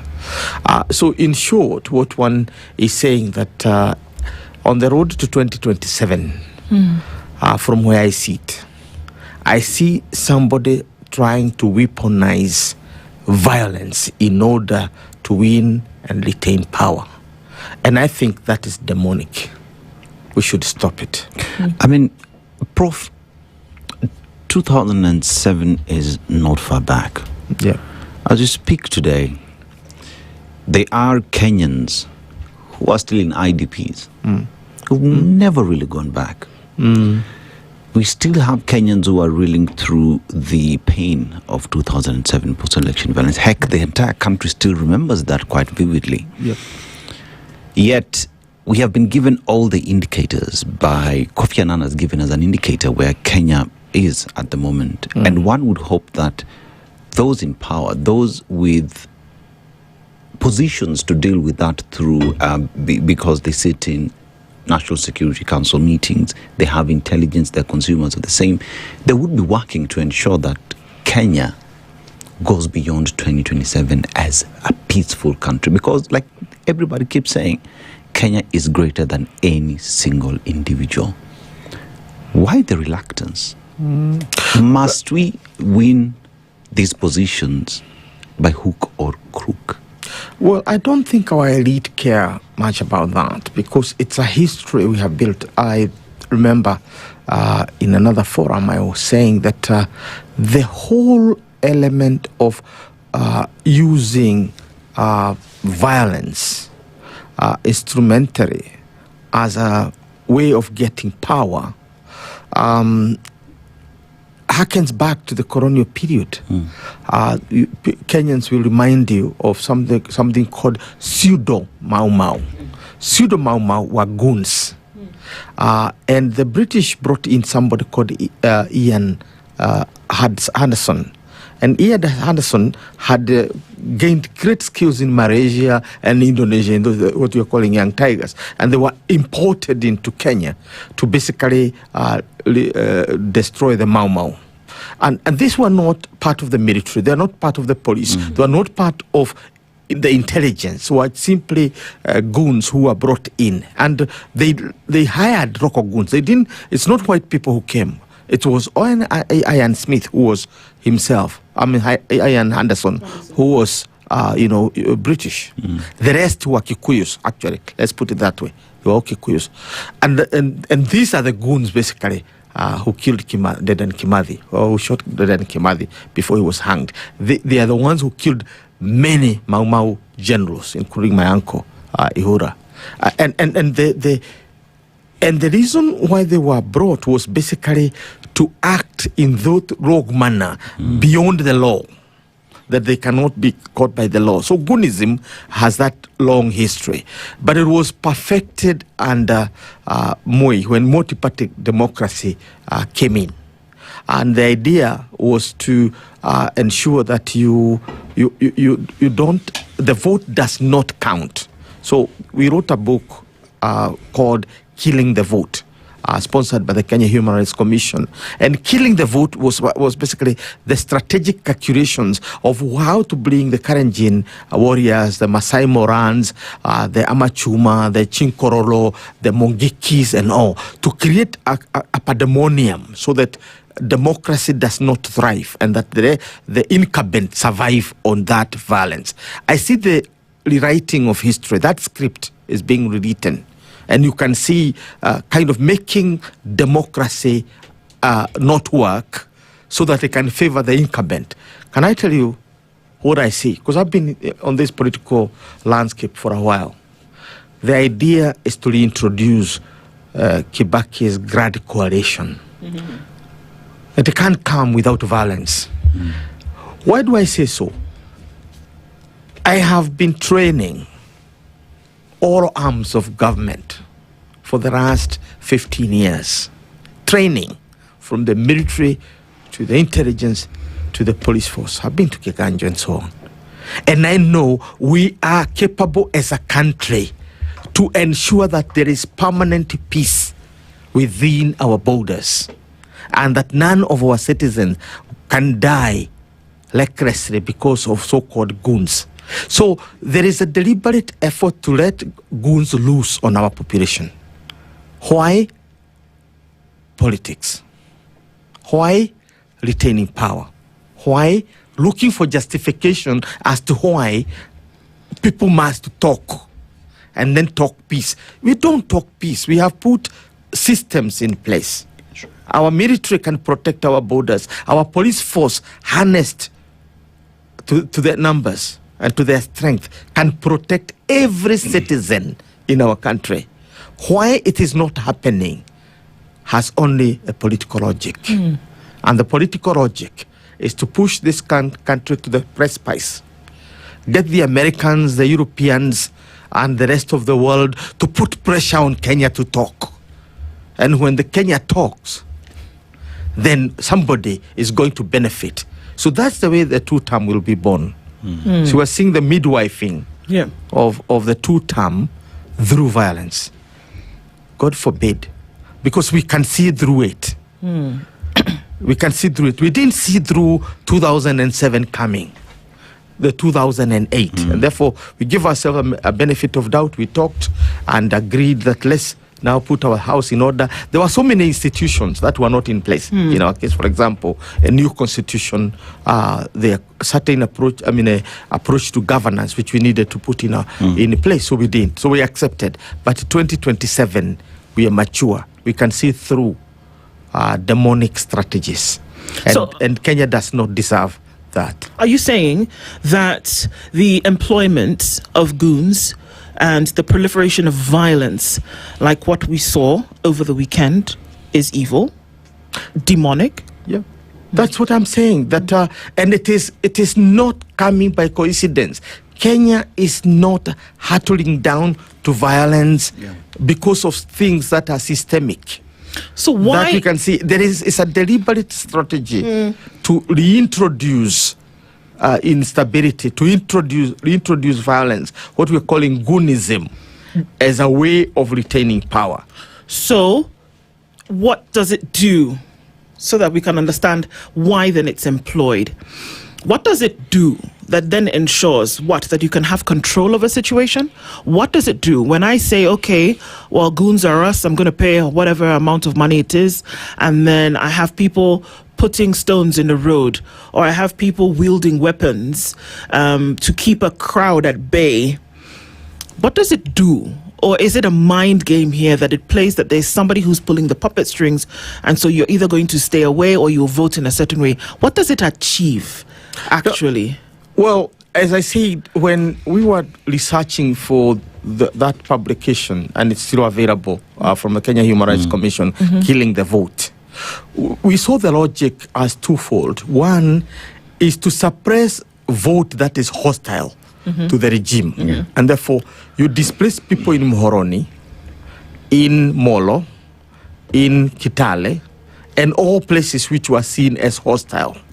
At the same time, you reward those people you want to vote for you, call them your community, by awarding them land and property stolen from those who have been displaced.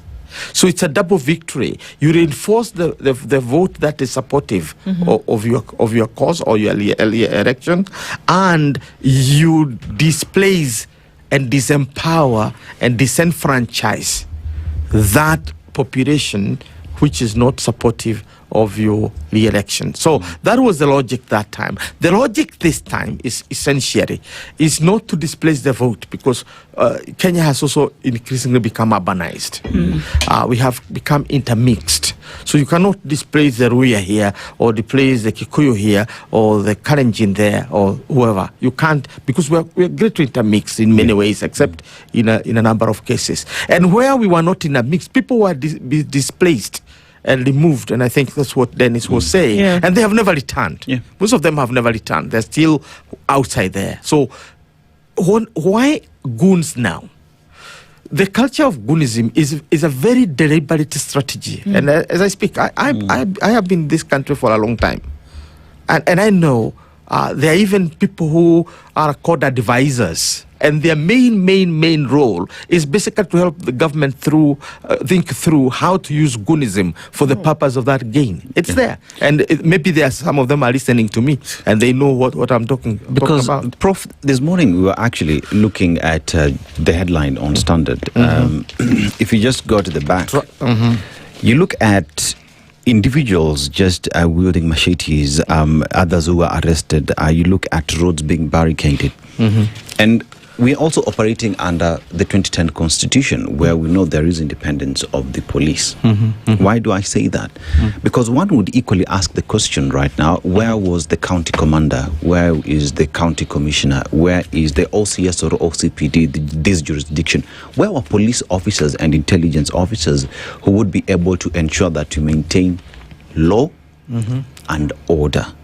Which then, if no one in the spaces that I've talked about is nowhere to be seen here, then one will also ask the question, how can anyone then trust that the police that should be independent is there to serve wananchi and not the political class?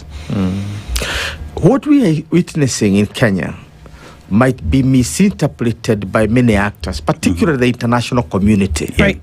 As you know, Kenya becoming secure, and I can see they are now beginning to tailor their programs about how to end goonism, how to deal with goonism, and essentially this is what this was intended to do.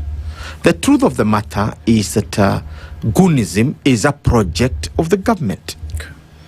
And I said, and I'm saying so deliberately because I know our system. I know we are capable of protecting everybody within our borders. We are capable of protecting our borders from external invasion, if you look at the statistics of what power we command as a country. So to see goons walking with the machetes into stadiums, into small townships in Kenya, can only be a deliberate effort. And it is focusing on two forces. One are the political class and their supporters, the Sifunas, the Gachaguas, the Mutulis, the Mother Karuas, the Kalonzos. These are the targets and their supporters. The second group are the business people who are assumed or are known to be their allies or supporters. So destroying their businesses, weakening their economic foothold, that is the second strategy of doing that. The third focus is the international community, to intimidate the world to think that Kenya is becoming another Haiti. And it is going to be very expensive for them to bring Kenya back, because Kenya is the headquarters of the United Nations in the global south. And therefore, it's a very important nodal point in global governance. And therefore, they have a stake. For them, they may not understand the internal dynamics of how some people have grown up in goonism. They don't know any other form of politics other than the politics of goons and the politics of money. They have no politics of morality, politics of principle, politics of order, politics of law. They don't know that. They know the other side. But why would you bite off your nose to spite your face? Because if you're in government, if you are leading the charge and you have a hope to come back tomorrow, why would you do something like that, so intentional, to paint the picture that you've described to us? Why would you do that? I want to borrow your own phrase. When you know you have a chance to come back. And that's where the problem is. You have no chance of coming back. Okay. So you're looking for, how do I come back? And this is where Moi was in 1992. Mzee Moi, I'm told, had looked at the situation and the way it was. Looked at Jaramogi Odinga, looked at Matiba, looked at the whole Ford coalition as it was that time, and saw no chance of getting back. Until those around him told him that there's another way you can get back. And that's now how that demonic strategy of what you call ethnic crashes was hatched. And how now it's called the monkey game. And the monkey game is very simple. The monkey snatches the child and rushes to the top of the tree. The purpose is not to do anything with the child. The game here is to coerce the parents. To give them a banana. To give it a banana, and then it will release the baby, and they can catch it, and that's it. The game is finished. This is the monkey game. You want to put Kenya on the precipice and then ask for to be allowed to continue with your term. It doesn't matter in a grand coalition or whatever form, but you'll be the apex of power. That's all. That's our game. So the underlying issue here is that individuals know very well that the donated responsibility given to them by Kenyans and the promises given to Kenyans, they have not delivered. Yeah. That it is so clear, it is so obvious that there is no delivery, promises have not been kept, that the only other way for us to get back is not through agenda, because there is no agenda. All you have to do is to scatter everybody and in one way or the other end up to the target that you want to be. Yeah, and you can see it has started. We are told now we need to get into a conversation around 2060 and so on. We came from a very orderly system where things were working, where delivery could be measured, not by the government, by the citizen herself or himself. We started off with something called economic recovery strategy for wealth and employment creation. And they gave birth to Vision 2030. And Vision 2030 was created in a manner that no government will be elected and come up with its own way of governing this country. It has to follow a track. And that's where we had implementation term 1, implementation term 2, 3, and Ruto is now supposed to be implementing term 4. So that we have 3-year window between 2027 and 2030 to craft now Vision 2063. That will take us to 100 years since we were born. It's not 2060. If it was an examination in my university, they would fail. They would get zero, because you cannot justify why 2060. What happened in 2060 in our case? Kenyatta was still in Kapenguria, in Rodwa, hewing stones, and so on. The Mau Maus were still in the forest. So what are we celebrating in 2060? For crying around. Why do you want us to remember 2060? What is important for us? The important thing is 2063. That's when we said Uhuru is here. Freedom has come. Now, we started derailing ourselves, getting to where you have described eloquently, that we started now looking at what are we going to achieve. And that was the problem with the Jubilee one. 2013 to 2017, and why we ended up in the violence of 2017 is because we do not want to be seen to be continuing with the Kibaki system. We wanted to craft our own achievements, a medium of achievements, and we came with the Jubilee manifesto and all these 299 things that we cannot do in 5 years. So we basically derailed Vision 2030 deliberately.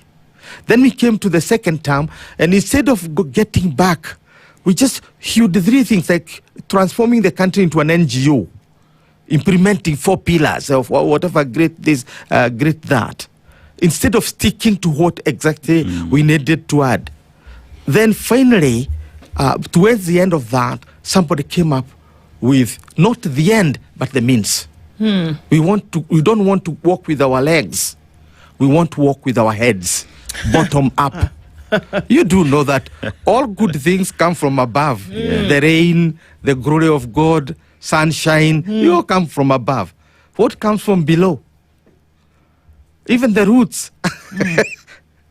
So in short, we now focus on this, and that became the Hasra Nation. And the Hasra Nation has taken us where?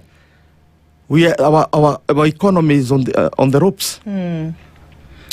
Okay. We are in our knees. So now, in order to correct that particular situation, you do know that because of that cumulative failure, because the failure of the Ruto system is not what we are seeing. It started with Jubilee 1, then Jubilee 2, and now UDA 1. What Kenyans are saying, we don't want UDA 2, because we are not seeing any glimmer of hope at the end of it. They don't hate an individual. They don't hate a person. They are not against any individual, any Kenyan. they are against what they are experiencing. People who used to feed themselves can't feed themselves, used to take their children to school with comfort. We are now borrowing even money for food. That's where we are. Graduates we know graduates to have been unemployed, but we have never seen PhDs staying at home without jobs. Without jobs. Yeah, that one we have never seen. I want to look at that. We want to look at, one of the weapons of politics, and that is to then be able to weaponize things like poverty or to weaponize, idleness. Yep. Let's take a break and we'll come back and look at that. And I want to share a story. And then perhaps we can look at what is really underfoot and what is really happening here.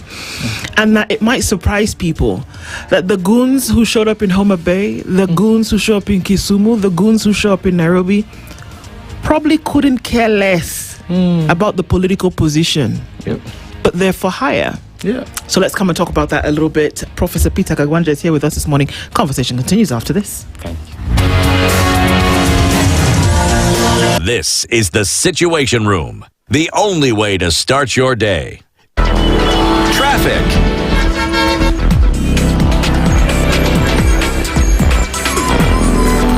All right, so what are we looking at with traffic this morning? It's starting to build, coming in on Monday morning.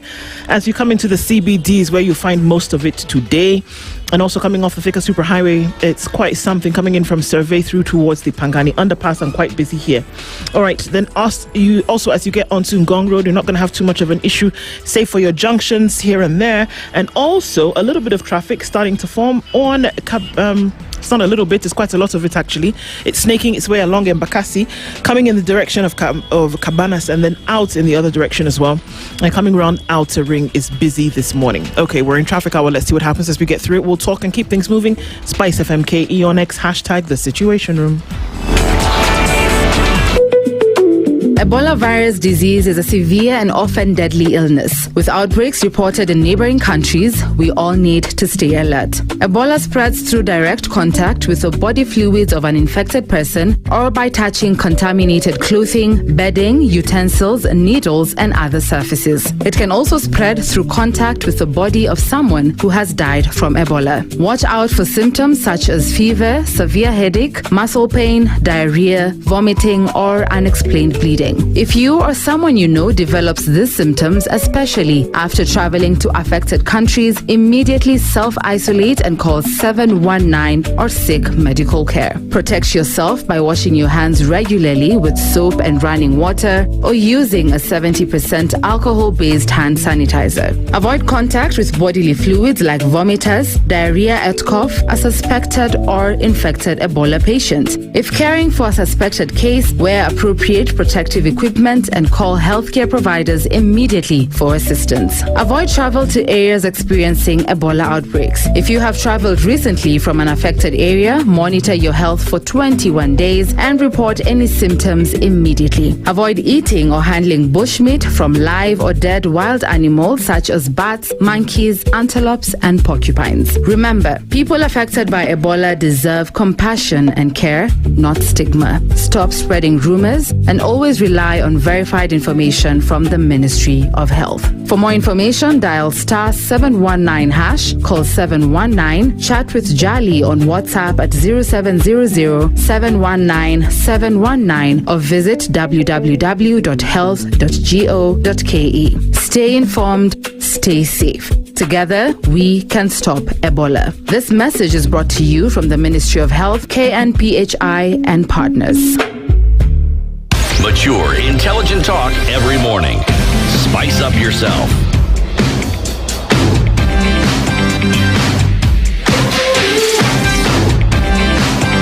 Mornings done right.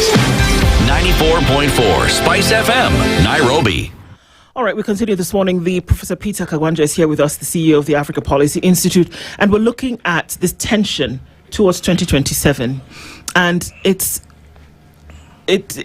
goes without saying that it shouldn't be the case. Yep. That whoever is employing, because you're employing this tactic, and the people that you're paying, because that's what's happening. No, goons don't just show up and say, let's help you do this. No. You're paying them, you're engaging them. And I did a story a couple of years ago with some of former child soldiers in Sierra Leone. And it was very clear that what was happening to them when they went into conflict was that they were heavily drugged because the soldiers fought on the side of the government. And in order for the rebels to have any kind of following, they needed people. The people that they could find were the children. But they also knew that children were pure of heart. So the only way that they could get the children to fight, and the children we're talking about are between the ages of 7 and 14. And then as they got older, they were considered men. So I interviewed a couple of these men, and they were just 19 years old after the war. And they were on drugs. They were drugged heavily. They were drugged for months before they went into any kind of combat, before they went into the street. They were drugged. So the state had been altered in order for them to take a particular position. It's no different than what happens with the goons. Because you can be sure that a goon today had not eaten a solid meal the last couple of days, needed something. So when you offer them 1,000 shillings, the world has turned on its axis for them. They are not considering what side of the political divide you're on. No. They're considering their stomach at that point. And that's why it's so dangerous. Because you can bring about violence because you've traded it in for a basic need that this person does not have. That is correct. And I want us to look at it, building on that scenario you have painted. To basically look at two situations. The first situation is the classic mercenary scenario. Mercenary where people give their lives so that they can get their loot. Meaning, you're given money, you are promised money. But more on top of that, you are promised that whatever we are going to capture in that war, you'll have a share of it. That's what we call looting. Now, so there is a category of our Kenyan people who are in that level of mercenaries. These are the leaders. Okay. They're the ones who are carrying the money to pay these goons, and they are themselves fetching a lot. Their companies are the ones that are supplying these pangas. They're with the weapons and so on. They are the ones who are organizing. They are the ones who are doing the logistics. So there is that category. And you find names cropping up from one county. In Muranga, I have had a number of people whose names are mentioned. In Kiambu, there will be those who are mentioned. In Lemuru, there will be those who are mentioned. Now we have started hearing names from Kisumu and Homa Bay and Migori. We are going to hear people. These are classic mercenaries. They have been hired to fight for the system. And then they are now the foot soldiers. And the foot soldiers is the vast bulk of the impoverished Kenyan population. Don't excuse them because the fact that you're hungry, you have nothing to eat, does not necessarily mean that you have lost every iota of your moral being, that you have no remaining fiber of your moral essence. Or even common sense. Or even common sense to know that nobody should tell you to kill your mother, to kill your brother, to kill your sister, just for the money. After you have eaten the money, where are you going to get your sister? After you have spent the money, where is your brother going to come from? So in a sense, we should not excuse our population that just because we are poor and we are not able to get a square meal, therefore we should be so ready to be hired to kill and to maim. Then it means what it means essentially is that the Kenyan is dead, because the Kenyan is a product of set of values and moralities and principles. That's what makes us Kenyan, and that's why I don't wake up every morning to butcher my neighbors because they are not Kikuyus, they are not like me. That's why I go to business. Partnerships with people who don't speak my tongue. That's why I read my daughter to my neighbors, where she has actually to learn the mother tongue of the husband. And that's why we marry outside our communities, because we have faith in the concept of Kenya. That it's a moral concept.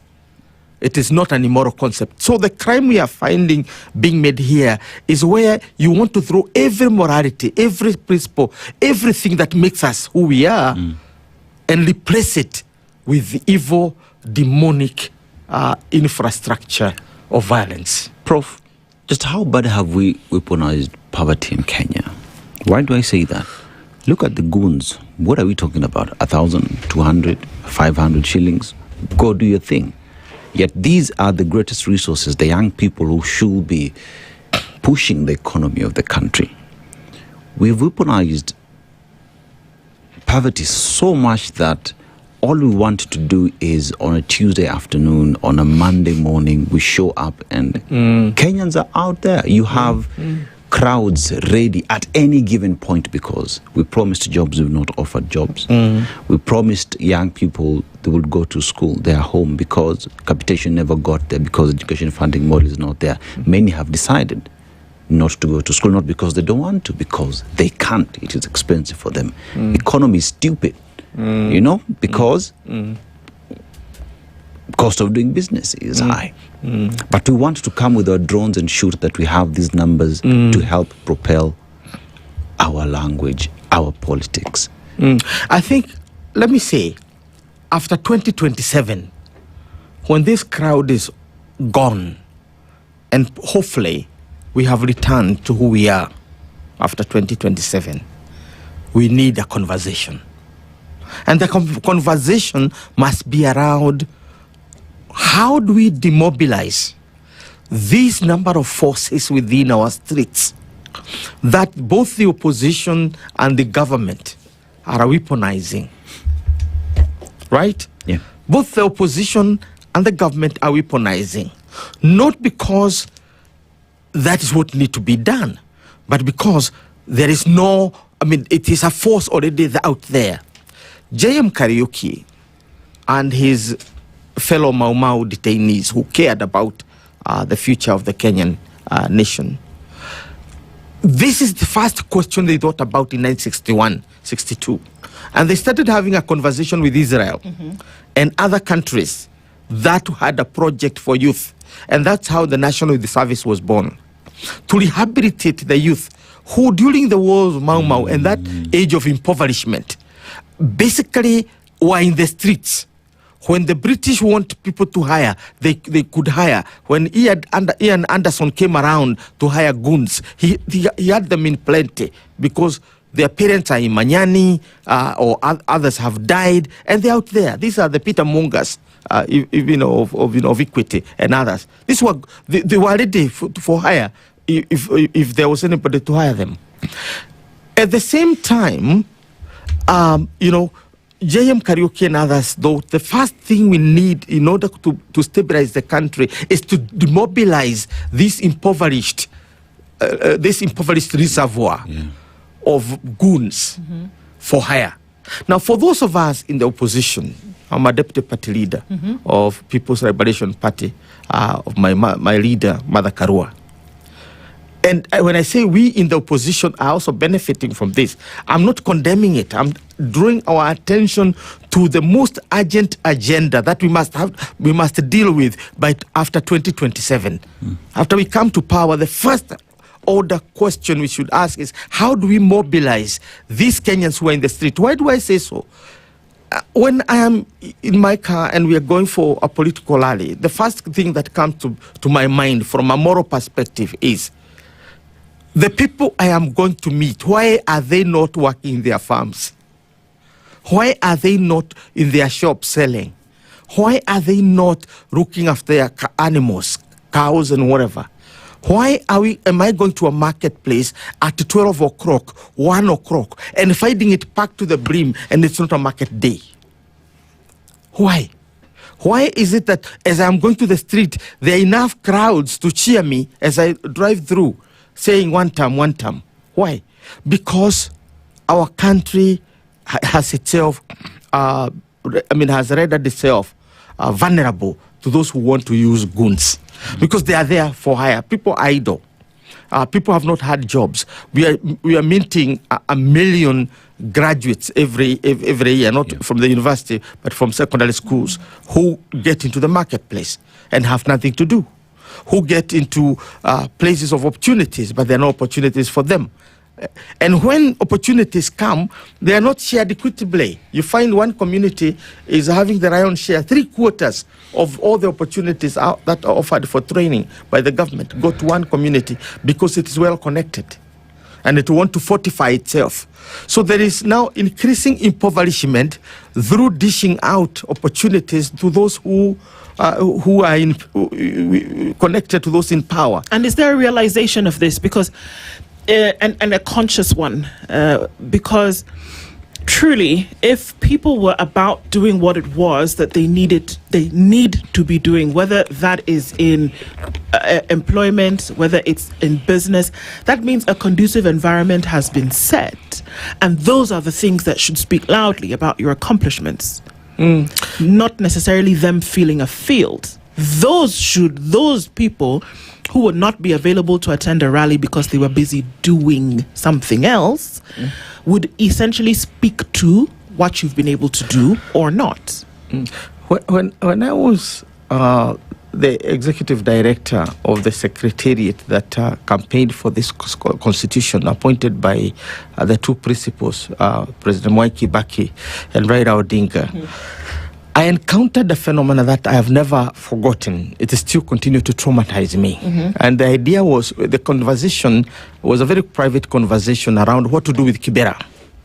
Because Kibera is occupying prime land, where we can create, skyscrapers, tall building to the tune of 22, 25, 40 floors, occupy the entire, house the entire population of Kibera and leave grounds for stadium, for gardens, to people to work with, spaces for, elite primary schools within the same area. It just requires government to do so. And then somebody in that conversation said, and if we do that, where are we going to get people to be attending our rallies at Uhuru Park? It was a very naive, statement, but which told you the kind of mentalities that is dominating. That you have to keep people poor so that they are pliable and answerable to your calls. That they are within the call of beacon. You come and then we move. So in short, what one is saying is that there is an extent to which this poverty we are talking about is itself weaponized. It is basically deliberately created. And those of us who come from Mount Kenya know that some of this can be a project. Why do I say so? I personally grew up in a society where we didn't know poverty. And I am serious. In the 1970s, the mid-70s, all the way up to mid-80s, that region did not know poverty because of coffee. Because if you are not having coffee yourself in a huge amount, the little time you have, you spend working for your neighbor. And the people are paying well because there was money to pay. And the people would have cows, and they would have tanks to water their vegetables and so on. Now that, when coffee was attacked, when tea was invaded, and it never stopped paying, and people stopped growing it, and therefore the market collapsed. The market for coffee collapsed because the volumes that sustained the market collapsed. Now people are poor. That is why, go to any town in Mount Kenya region, and within 10 minutes, the whole market is full, ready to be addressed. Why? Because there is mass poverty. It is not just poverty. It is mass poverty. And mass poverty is a source of instability. It is what is causing this insecurity. Why? When you listened to Mheshimiwa Rigathi Gachagua angry about what happened in Nakuru and saying that this time round we are going to protect ourselves, did he say that he's going to mobilize the Lord's Resistance Army or so? No, he didn't. It is because in our marketplace, you just need to get enough people to protect yourself. But what are we doing? We are basically arming our people ideologically and practically to be war formations. And that is how a nation begins to hattle down into a Haiti.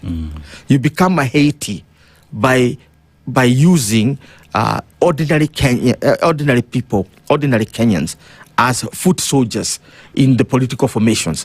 Now, I can guarantee you, if Rigathi Gachagua, with the kind of power he's wielding in Mount Kenya in terms of the support base that he has, seek protection from his people, we are back to 1952. Believe me, we are back to 1952 because we have a population that has nothing to do, is not doing anything, and is given a cause. He just need to look for guns and look for money and look for food. And the moment you can feed them, and you are telling they are feeding and fighting in order to be able to sustain their lives, you have created the Mau Mau army. So the point is, those who are in leadership must come to the senses and know what we are doing. Block by block, we are building anarchy. I hope we did not go to Haiti, or we did not take our police force to Haiti to learn lessons of how to make Kenya a Haiti. We went to help Haiti to become Kenya, which is assumed globally to be stable and governable and governed through the rule of law and order. How do Kenyans see beyond what is being hidden?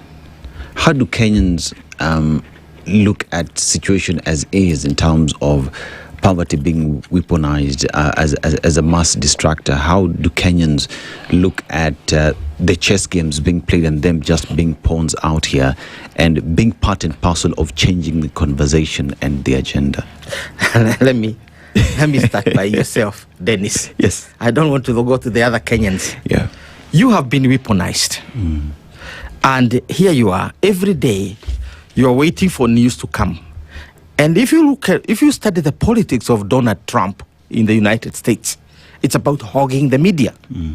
Hogging the media, meaning you are producing the most obscene and grotesque of all things, so that every minute is either talking about you or talking about your project.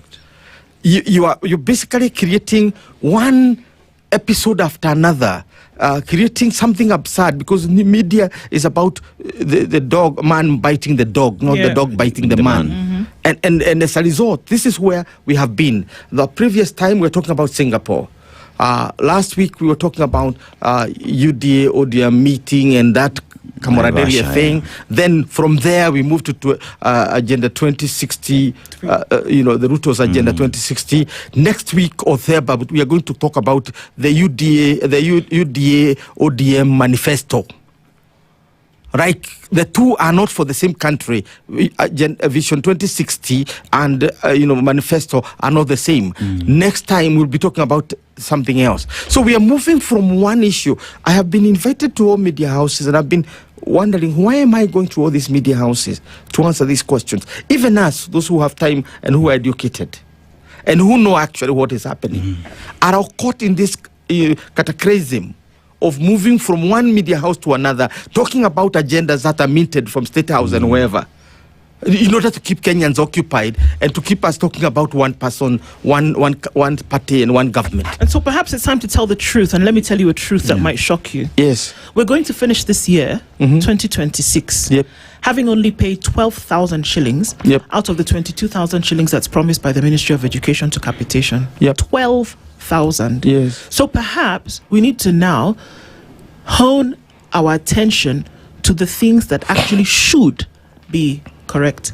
So we're going to be delivering children to a system whereby they have been inadequately prepared.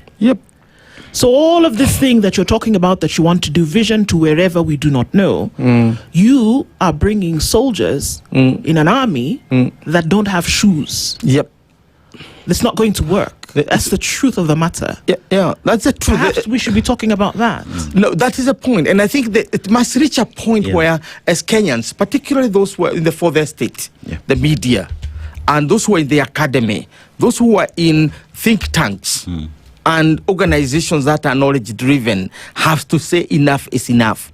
Because they're minting issues every day for us to debate. In other words, they are throwing bones to us to start chewing and chasing each other around, when we, in essence, we are supposed to be focusing on the more important issues about our land, about our education, about our health, and about our economy.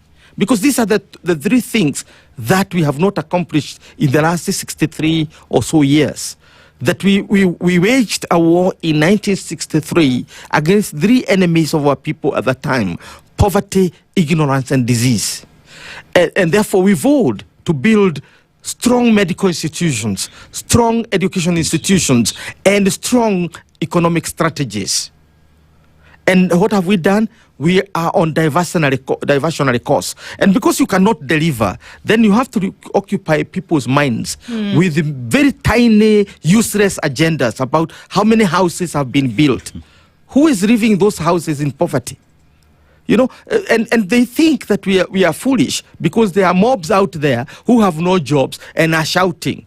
And when you say, like somebody over the weekend, I think over the weekend, was giving 10,000 shillings for people to attend a rally somewhere, because it is beginning to become very difficult in Mount Kenya region for somebody other than those who are saying one term to attract any useful, audience that is orderly and whatever. So now the price of what we are calling the goods is no longer 1,000. It's a lot more. It has now become almost 10,000. It's weaponizing poverty. So we are now weaponizing poverty in a big way. In a big way. And what you've said is one necessary for us to do, that we must shift the conversation from the shallowness that we're hearing. And it must be deeper. If you really want to save things, you must go deeper. Professor Peter Kagwanja is the CEO of the Africa Policy Institute and has started off the week with us like this. Thank you so much for doing that. Thank you, Ado. Good morning. It's 8 a.m. The latest news from around the world. 94.4 Spice FM.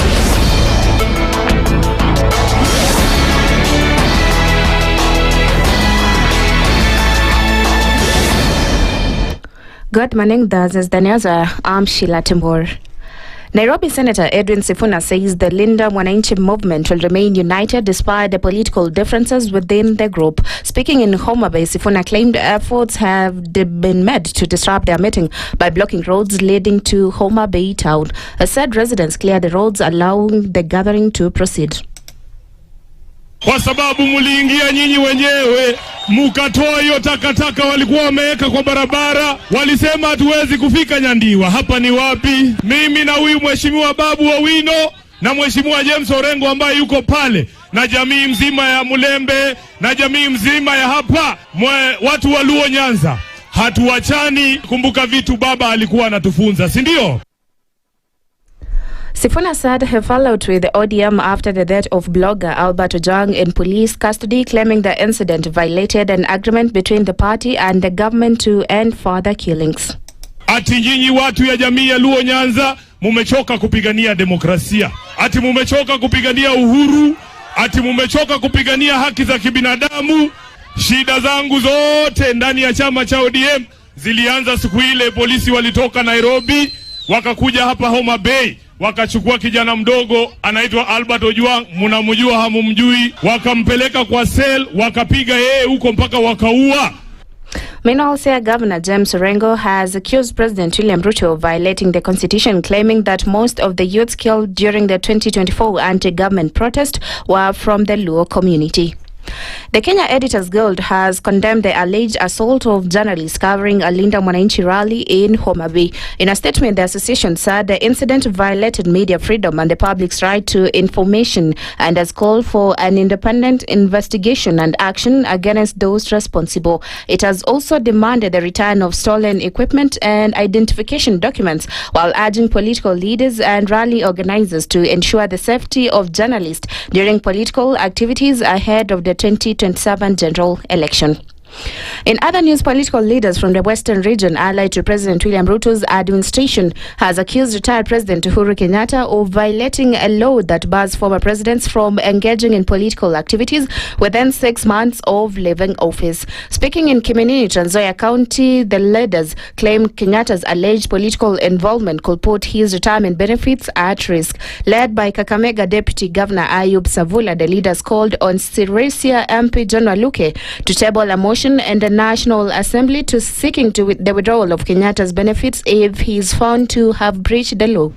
Mheshimiwa Waluke, Section 6 ya Retired Presidents Benefit Act inasema kama rais ataparticipate in active politics kama ameretire 6 months after leaving the office, hizo benefits katwe. Waluke, peleka hiyo motion bunge, mtoe benefit ya Uhuru mara moja mpaka aache siasa. Mimi ni mfupi lakini naona mbali. Mheshimiwa Ruto alishinda wao wakiwa na deep state, wakiwa na Raila Amolo Odinga yule alienda, aliwashinda akiwa nje ya serikali. Sasa yako kwa serikali atashindwa. Wale wanapiga Mheshimiwa Ruto vita ni wivu kwa sababu amezawawisha maendeleo. The leaders also cautioned politicians against actions that could heighten political tensions ahead of the 2027 general election. Kiminini MP Kakai Bisau and Teso South MP Mary Emase echo the statements. Mkiwa mabalozi, mkiwa nyinyi ndio mko ground, tunataka tukiondoka hapa leo tuwe tumekubaliana, tushirikiane, tusambaze injili, tuhakikishe kwamba Mheshimiwa William Ruto anapata 2 term yake. Ruto amefanya mengi na bado kuna mengi zaidi atafanya. Huyu Uhuru kaa nyumbani, wako na mali nyingi, alinde mali na kule pension, na akiendelea hivyo pension inakatwa. Kama yeye amekatalia kwa siasa, atakula pension namna gani? Mheshimiwa Kenyatta si alimaliza tamu yake, Kibaki alikuja si alimaliza yake 10, Uhuru Kenyatta kakuja si alimaliza yake 10, William Ruto anamaliza yake 10. And that's the news. I'm Sheila Timbor.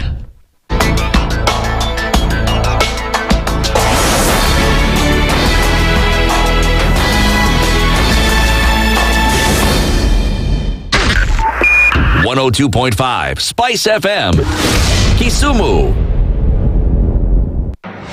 The following takes place from 6 a.m. to 10 a.m. every weekday on Spice FM. Presidency is fairly interesting in the sense that it will actually take us to a new consciousness. Swali zile watu waulizi na swali muuliza na shangala ni aje, kwani huku kunaendaje? 30 billion shillings annually on travel alone in public service. A Kenyan can even demonstrate every single day of his life that Ruto must go. That is the only message of his demonstration. That is his right. That bribe blinds the eyes of the wise and subverts the cause of those who are in the right. This is the Situation Room, the only way to start your day. The following takes place from 6 a.m. to 10 a.m. every weekday on Spice FM. SRC's mandate is constitutional. It's not an advice. It's actually something you must do. Must do. Like now, you abandon, of course, the narrative of Wheelbarrow, Mutanu, Mamamboga, and all those, that rosy narrative. Your expenditure is 3.3 trillion, and you're collecting only 2.5. Out of that 2.5, you're spending 1.8 trillion to service loans and so forth. That the CDF kit, it's itself a symptom of corruption. This is the Situation Room, the only way to start your day.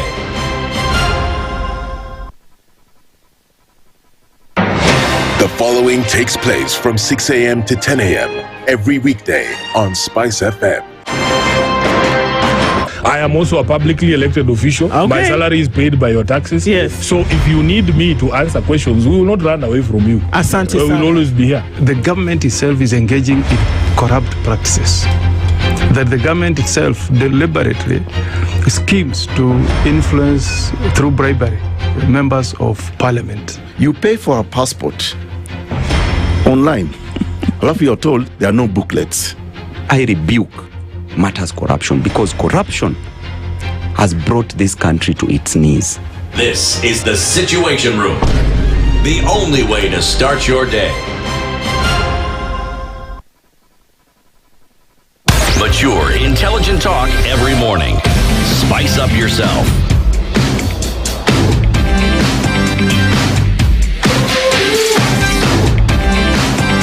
Mornings done right. 94.4 Spice FM, Nairobi. Good morning to you. It is 9 minutes after 8 o'clock, and we get into the third hour of our conversation this morning. And I know, I thought about it actually. Yep. And in terms of what it is how we should be having conversations, where it is our role to inform, to break the news, to educate and entertain. That there comes a time where you don't just follow what the pack is doing. Yep. But there are things to inform and educate about. Then perhaps we should actually be doing just that. The very basic pillars of society in which you operate. If they're not functioning, or if they are functioning, talk about them. And then, do we have an opportunity to move the needle when it comes to certain things to be done? And that story bothered me, man. Because if we're looking at the capitation of 22,000, just before we get into this conversation, we have to talk about it. That where we understand that at some level, high school, secondary school here, that capitation stands at 22,447 shillings. We understand that 5,000 shillings is withheld at the Ministry of Education for development. And development in this case could be anything from dormitories to classrooms to purchasing of whatever the case may be, water. So we understand that what you're going, even if you said that 22,000 shillings is capitation, that more or less what you're more is that 17,000 shillings essentially will go to students. Yep. But what you're telling us now is that schools have been receiving over the years much less than that. And I don't want to understand the rationale as to why that is the case. I do not want to know why you would have to not give that money. I want to know what you expect schools to do when you don't send that money to them. Because the burden more often than not goes back to the parents who already do not have. Those are the things that we should be talking about and interrogate and pick until we get to the core of the problem and say, this is where we are and this is what needs to be done about it. One would even ask the question, what is the promise of the future when you're not taking care of the basics today that would guarantee you that future? When the future here is having a resource, having that army that is prepared, yet all you're doing is not preparing, training them for that war that is ahead, which is economic liberation. What exactly are you doing? The question must be asked. Yeah. The question must be asked. All right. We're going to get into our conversation for this hour. And it was to be two. Let's see how that goes. Rallies Goons in 2027. Dr. Peter Ambay is Secretary for Planning and Economic Affairs with the DCP Party, and he joins us this Monday morning. Good morning. Good morning to you. How are you doing? I'm well, I'm fine. Yes. We thank God for life. We thank God for health. That's very important. It is. The less of things, they come. But, being healthy and full of life, we thank God every day. Every day. Preservation is everything. Yes. Indeed. It is. A very good morning and karibu sana. We're going to get into this conversation. Just before we do, Dennis is going to share today's proverb and he'll tell you where it's from. Today we are in Mauritius. A country of 1.3 million people is huge when you talk in terms of the tourism, financial services, manufacturing and agriculture. It is also a port city, Indian Ocean. Fishing as well is huge in the country. But the proverb that we get from them this morning, wrong doesn't become right and evil doesn't become good just because it's accepted by a majority. How would you interpret it? Wrong does not become good and evil doesn't become good just because it's accepted by a majority. I want to imagine that there are sometimes you can do bad things, long things, and it becomes like a sort of the norm. Mm-hmm. The more you do something, then it's accepted generally by many people. But that doesn't mean because it looks like the norm, it is the right thing to do. Sometimes the conscience of a society can just be blunt. It goes, and you normalize things, for example, like goonism. And everybody everybody should have a goon. Every political formation should have, because it is the in thing. Yeah. Doesn't mean it is the right thing to do. And what we are saying, for example, we need a generation, for example, and I'm giving that an illustration, of leaders who believe, doesn't mean because everybody is a goon, or every politician has goons, or everybody must lie. Those kinds of politicians are accused of lying so they can get votes. It is possible to have leaders of integrity, people who have what I call political hygiene. You can simply go and tell people who you are, and they elect you without going through the old path of having thugs, goons, lies, like the ordinary common day politician. That's what I think. We should not normalize bad things just because they look like the norm. We should go back and say, what is the right thing to do? Who should be a political leader? Who should be a political leader? Is it somebody who must have thugs, who must lie, who must go blibing? No, I don't think so. We can do the right thing. Well interpreted. Indeed. Okay, so it seems that this is accepted, this goonism, and what we've been told is that everybody has them. So why is one side a little bit more upset when the other wields their goons? I don't think so. Let me tell you today. I'm a secretary for planning the DCP party. I sit in the senior hierarchy of the party. Right now, I've just come from Nakuru, this morning, where we had all those kind of issues in two separate meetings. I will say from the word go today here, our party and most of the opposition parties I know don't have goons. My party and many of those opposition, so it's not the way I hear in the media. The government, when they are told they have goons, they say, even the other side. So when people are making statements, they say, both sides. Which both sides? We don't have goons. We don't have goons. Our party and most parties in the opposition do not have goons. Goonism is, let me put it this, it's a modus operandi by this government when they have failed to deliver what they promised to deliver 4 years ago. Then they use goonism and violence as a means of survival. And the aim is very simple. Put it all the way to next year. Try to scare away some people. Voter suppression. Some people will not vote and all that. And maybe use that as a means of if they lose power, they try to negotiate that for Nusumkate. So it's a tool being used by this government. Excuse me, please. The issue of goonism and violence, for record and clarity, is a tool used by the government against its own people. It is not. It's nowhere where the opposition have goons. Dr. Ari, we look at the political games being played right now, and we have started seeing political leaders wearing helmets. We've seen even vehicles being modified just so that people are able to be safe in those vehicles. And while at that, politics ought to be a game where it is agenda and how you convince people and your strategy pretty much that would end up there. Why are we seeing goonism and violence in one way or the other becoming a strategy as we approach 2027? Let me say this, and I want to say this very particularly, and I'm a son of this country, right? I want to say this without authority. I wish to condemn in the highest terms possible. And I'm saying that knowing that I am a member of one of the leading political parties. Myself, I'm an aspirant for Senate in Nakuru. I want to condemn in the highest terms possible that you can send young people. As a leader, you are supposed to help them, empower them, right? You use young people who you are supposed to help as a leader to empower their lives, to literally set them to the front line to go and die with stones and bars and all the kind of thing. It is so retrogressive you cannot believe it. First of all, from the word go. Number two, I want to condemn the attack, especially, okay, fine. If the government must fight opposition leaders for some reason, if they must, then why attack the media? The media are simply storytellers. They will go, if you want to do bananas, they will go and say, you are planting bananas. If they want to come and hear, you are connecting electricity, they will do it. Media literally goes and listens to government people. I see them on media being interviewed about whatever they have been doing.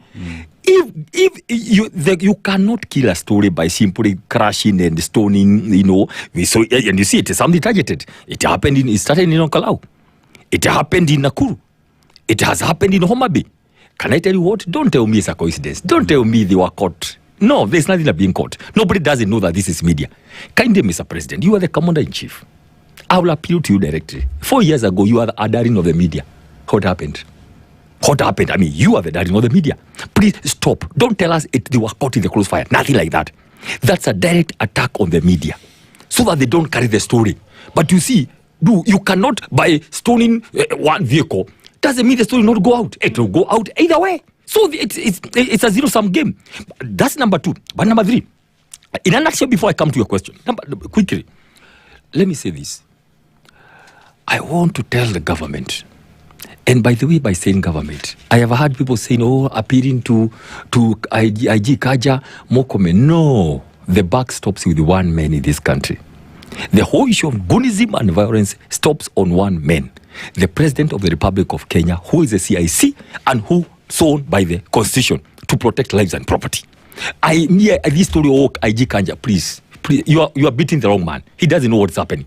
Mukomen is a messenger. Oh my God! Yes, no.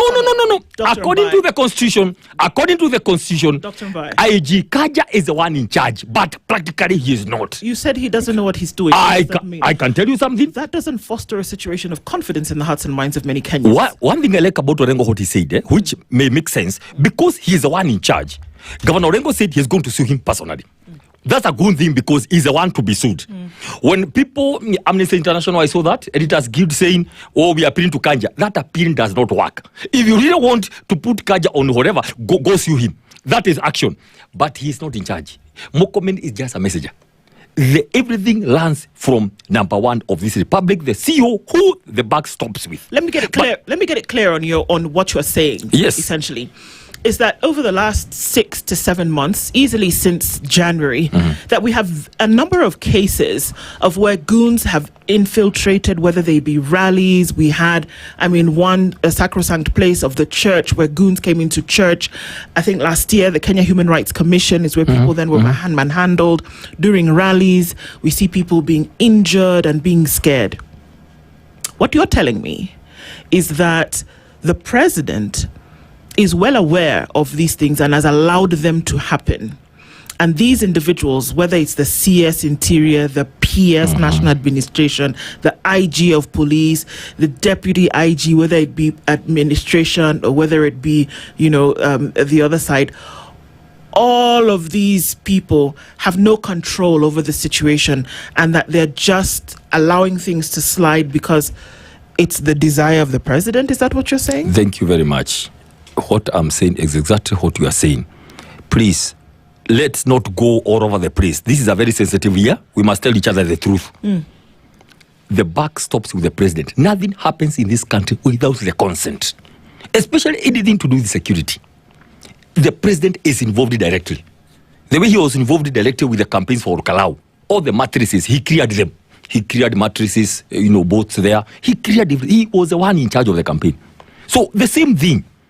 He is the one who knows all these kind of things, and that's what I'm saying. Even the signal to attack the media, it was not a crossfire. They were not caught on crossfire. No, I refuse. I was there when the media in Nakuru was attacked. It was not a crossfire. It was targeted. When you see this media, these are the guys who are going to film all this. Attack them. Now, let me tell you, there is a parallel system in this country, a security parallel system. Operates from the president, goes to the CS, goes to DIG. Did I say IG? No, DIG. It's a network of a parallel system. And has been, of course, of course, PS also. That's been agreed since we are not able to plead anymore. To plead anymore with the people to love us. Let's try violence. It is there. Me, I will not come and say, I'm pleading to the Mokome, I'm pleading to stop. I will not plead them to stop. Do you know what will happen? It is the power of the people that will stop this violence. Just like happened in Kalau. It is the power of the people. I'm not here to come and begin saying pleading. Because the personality and the character of the president and the people leading us, it is predisposed towards violence. So begin appealing to them or praying for them. It will not work. It is simply, there is something else. Number 3, I want to make a very, very special observation. This is what is going to happen, let me tell you. I want to tell the government, these goons you are breeding, okay? These young people you are paying 1,000, 2,000 to go, Salga, Nakuru West, Homa Bay, wherever, the other day in Bomet. These young people you are breeding. You are breeding a dinosaur that will come and eat you. I can tell you this today. All these people, they know your homes. The day they will get hungry, they don't have money. and you have been giving them money to run errands, and then there will be no errands. They will come to your home, they will camp there, okay, and they will demand money. And if you don't give them money, they will rob you, and they can kill you. And finally next year, they will not vote for you. I can tell you, violence begets violence. The same people you are using, they will turn against you, because you want to make it look like you are so clever. You have young people here. You are supposed to empower them. You go put them on the harm's way. You are not going to be lucky. Daktari, whether you apply violence or not, whether you put barricades to stop people from getting to their venue where they want to address Kenyans, truth will forever be the truth. Yesterday in Homa Bay County, proper roads, highways were blocked. But the periphery roads that ought to be tarmacked, Kenyans had an opportunity to see the actual condition of the roads that are in that county. Whether you want to barricade roads or stop people from having conversation, if healthcare is not working, it is not working. Whether capitation has not gotten to schools, capitation has not gotten to schools. Whether we're talking about security of the country where goons are being seen, security of the country, it has gone to the dogs. It's a reality. So to what end then would one want to camouflage or cover all these things, yet Kenyans are living through them every other new day? Now, I'll tell you why. What we're asking is that why would the government therefore continue on this long journey, yet conversations are still happening? Good. There's something that happens when people are in power. Oh, and money stored there in boxes. Oh, there is some energy, you know. The blood moves faster than your blood, you know. When guys are in power and they can see money all over, they are like, the money is trying to provoke them. Please do something. Use me nicely. Do something. I'm just telling you because, I've seen all these worlds. Spend me. Yes, I've seen all these worlds. I've been there. You know, from school to practice. Yeah? Above county and national, I've seen how people behave, how people change. Let me tell you. So they are like, no, come on. These people need to know we are here. Right? These people need to know that Nakuru Town West is our constituency. Longai is our constituency. Homa Bay is ours. We are in broad base and we have the money. You can imagine the amount of money that was splashed on that day. Look here. But incidentally, and by the way, I divert. The other day, John said something, Kagwanja. He was pounced on like a criminal, like a bad criminal. You know, and that's why I'm saying, me, I will not come and say, oh, I'm appealing to IG to arrest Karuma. I will not. It will not work. It is what they want. So, Karuma, excuse me, proceed. But let me tell you one thing. This world here, with all the videos, you're not run away. In another 3, 4, 5 months, 6 months, that video will be played and that will be the end of your political career. I can tell you. People are not joking. And that's why you see, right now, people who are dining and whining with the system, eating with the oppressors, they want to come back and say, by the way, I'm now converted. I'm saying, who converted by who? Look at what happened in Gatondo South. People are more dangerous than what you think now. They said, excuse me, but you have been oppressing. You have been eating with the oppressors all through. Where have you been? It's too late. We already moved on. I can tell you, MP Karuma can be happy because he's protected by the system. Okay? So to answer your question, they want to show that they are in power. Let me tell you what will happen in 6 months. The resistance will wear out. I can tell you some of these people shouting loudest that they are in broad-based government, especially in Western and Nyanza. When people go to Christmas and they emerge on 1st of December 2020 or 1st of January 2027, most of them will not be just dumping the way they are doing. The power of the people will catch up with them. It's just for now. I'm giving it another 90 days. Yeah, September, October, November. By November, December, some of this chest dumping you see, you will not see it anymore. Wait until the Sifuna party is registered, and they do another tour with the party, and they begin receiving requests for aspirants.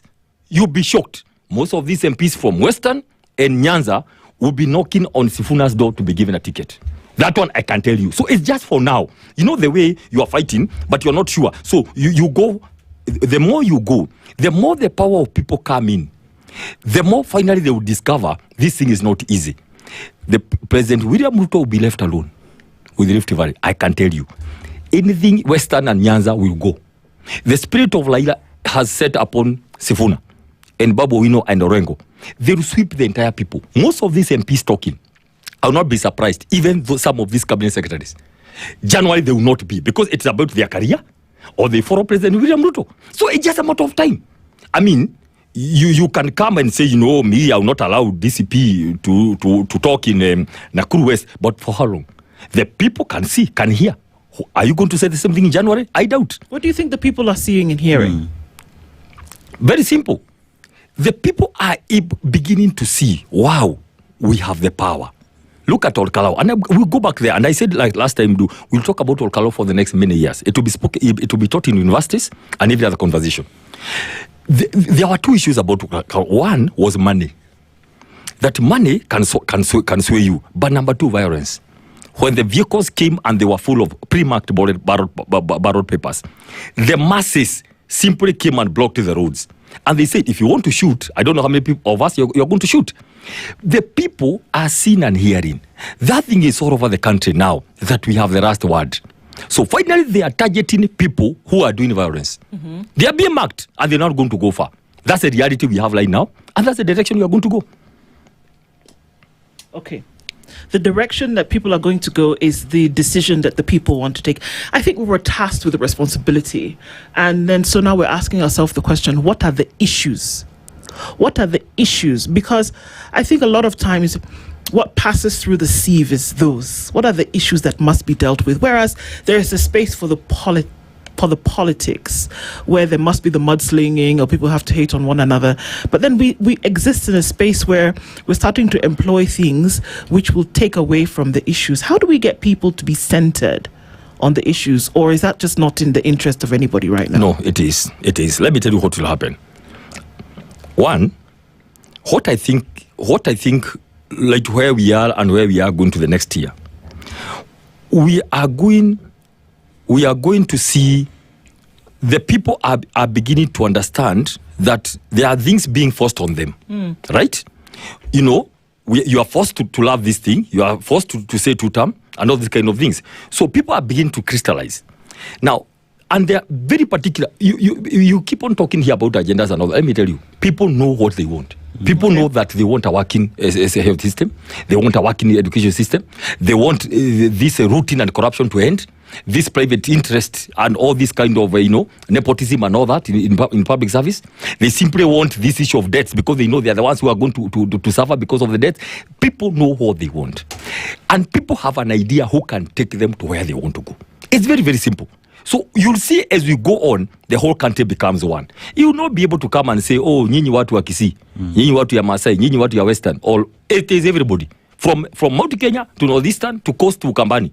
It's going to be everything. And the movement is, this thing is learning on its own. It has its own, it has its own energy. And the whole movement is coming together. So where you would say, oh, watu ya Mlima, watu wa Kabila, watu wale, it will not be there. It is a whole system moving. Look at what happened like yesterday. One team was there. The other one was in Ukambani, Mama Chakos. The other one was in Gatundu. It is not about one person. It's not about you versus this. It's a whole country against bad leadership. There is what the people want, and rightfully so you've said, the people know what it is they want. But one must also ask the question, does what the people want resonate with what the political class is saying, or rather is doing, to be on the same page with what the people want? Or is it different from what the political class wants? If you look at the messaging, now look here, if you look at our messaging as a people in the alternative government, our messaging is very simple. And it's very simple. That look here, 75, I put it at 80 myself, 80% of the problems we have in this country, 80. It is simply because of the president we elected, William Ruto. And we are saying, if we simply remove that president, 80%, because it's about personality and character. You cannot tame somebody who believes that they must overtax you. It is their belief and they're the president. What do you do? You cannot do something about somebody personality and character of somebody who believes I'm supposed to be imperial president. Okay? It was not a slide. It was not a slip of the tongue the other day. He said, I'll be here 25 years to come. I have been telling you, when the president is coming talking about Vision 2060 and all that, it's not talking about somebody for somebody else. In his mind, it is him he's talking about. how he can manipulate everything. Goes maybe, God forbid, he wins another term, and then extends, and then literally kills the constitution to rule forever. It is himself. So how can you deal with such a person? I'm talking here with somebody saying, look at the independent institutions. They have to look back whether whatever they are doing, it is acceptable to the men in the system, to government. Now that is what we are saying. The messaging is very simple. 80% of our challenges, and I have told you this before here, and I'll repeat it for the benefit of our viewers. We need just a team to sit down, agree on 10 issues. One is public debt, health, education, right? Issues on corruption and rule of law, constitutionalism. Agree 10 issues. Just like 10 people seated on the table here. Then agree. How do we do it? 1, 2, 3, 4. Education. Can you take a team 5 days, come us back and announce it's done, like what we did in 2002. We don't need so many stories. 80% of the challenges you are going through. Look at the issues of fuel. Look at the issues of increase of electricity. I talked to some because I'm doing something. I'm in the team doing something for DCP on the issues on policies. Alternative policies we are coming up with. Of course, you're going to be launching them around October. I asked one person, look here, guy. No stories. Kenyans are tired. Tell us, is it possible to reduce the price of the cost of electricity? He said yes. I said, by how much? 40% today. It's all about goodwill. Is it possible to reduce the price of diesel and today, diesel and petrol? He said yes. By how much? I think 36 shillings or 35. It is possible to do these things. So Kenyans know that. And we are telling them, look here. We are telling them, we have been there. We know. We are not talking things from there. Sometimes you are being accused. You talk so much when you're outside. And when you go inside, you find that things are difficult. I'll tell you this. And that's not the case? Is that what we're saying? That's what, exactly. DCP opposition is talking things. Yeah, DCP given an opportunity today would not go in and we will start saying the same things that we're talking about today. The beauty about being an authority, I'll tell you, do you know the beauty about going through an experience? You become an authority. The issues I'm putting together as a party that under the guidance of the party leader, we are doing that because we know. And because we have been there, and we know the experts, I know who to call to ask, how much can this cost of electricity go down? Because these are things that are there literally. Actually, you make one call to the people in the Ministry of Energy and Petroleum, they'll tell you. And these are people we know. So we will not come and say, when we got here, we found things are different. Let me tell you, we have already done a budget. We need 250 billion every year to have universal health coverage. We have already done it already because we have experts. It's not like it's something which is out there and we are here. We have been part of this system.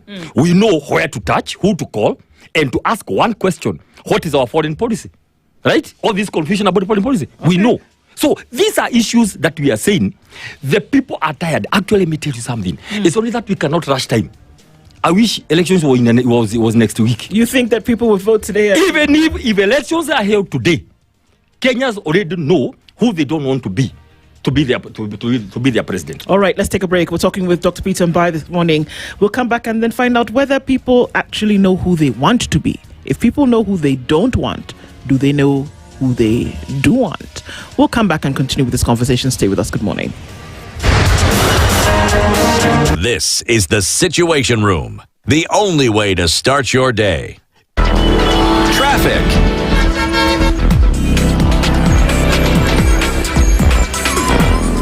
All right, so we're still in traffic hour this morning, and there's quite some of that coming off of North Airport Road heading out towards Embakasi, and then inbound from Embakasi, busy as well. Outer Ring has quite some action, whether you're going to touch in traffic coming from Kangunda Road, Manyanja Road, all the way through towards the Thika Superhighway on the other side. You'll get through to the Thika Superhighway with nothing much until you get to right around Survey through towards the Pangani Underpass, and it's inbound traffic, and it's busy there. As you come off of Jogo Road, getting towards Landis Road, and then out towards Haile Selassie, that's busy there as well. And traffic is starting to build on Mombasa Road, just past Next Gen, heading out towards Capital Centre, and then it'll take you through towards the Nyayo Stadium roundabout. If you're on Ngong Road, you're doing okay. Not too much with traffic. Where there is, it's moving. And so we'll keep an eye on all of this as we continue through traffic hour this Monday. SpiceFM KE on X, hashtag The Situation Room.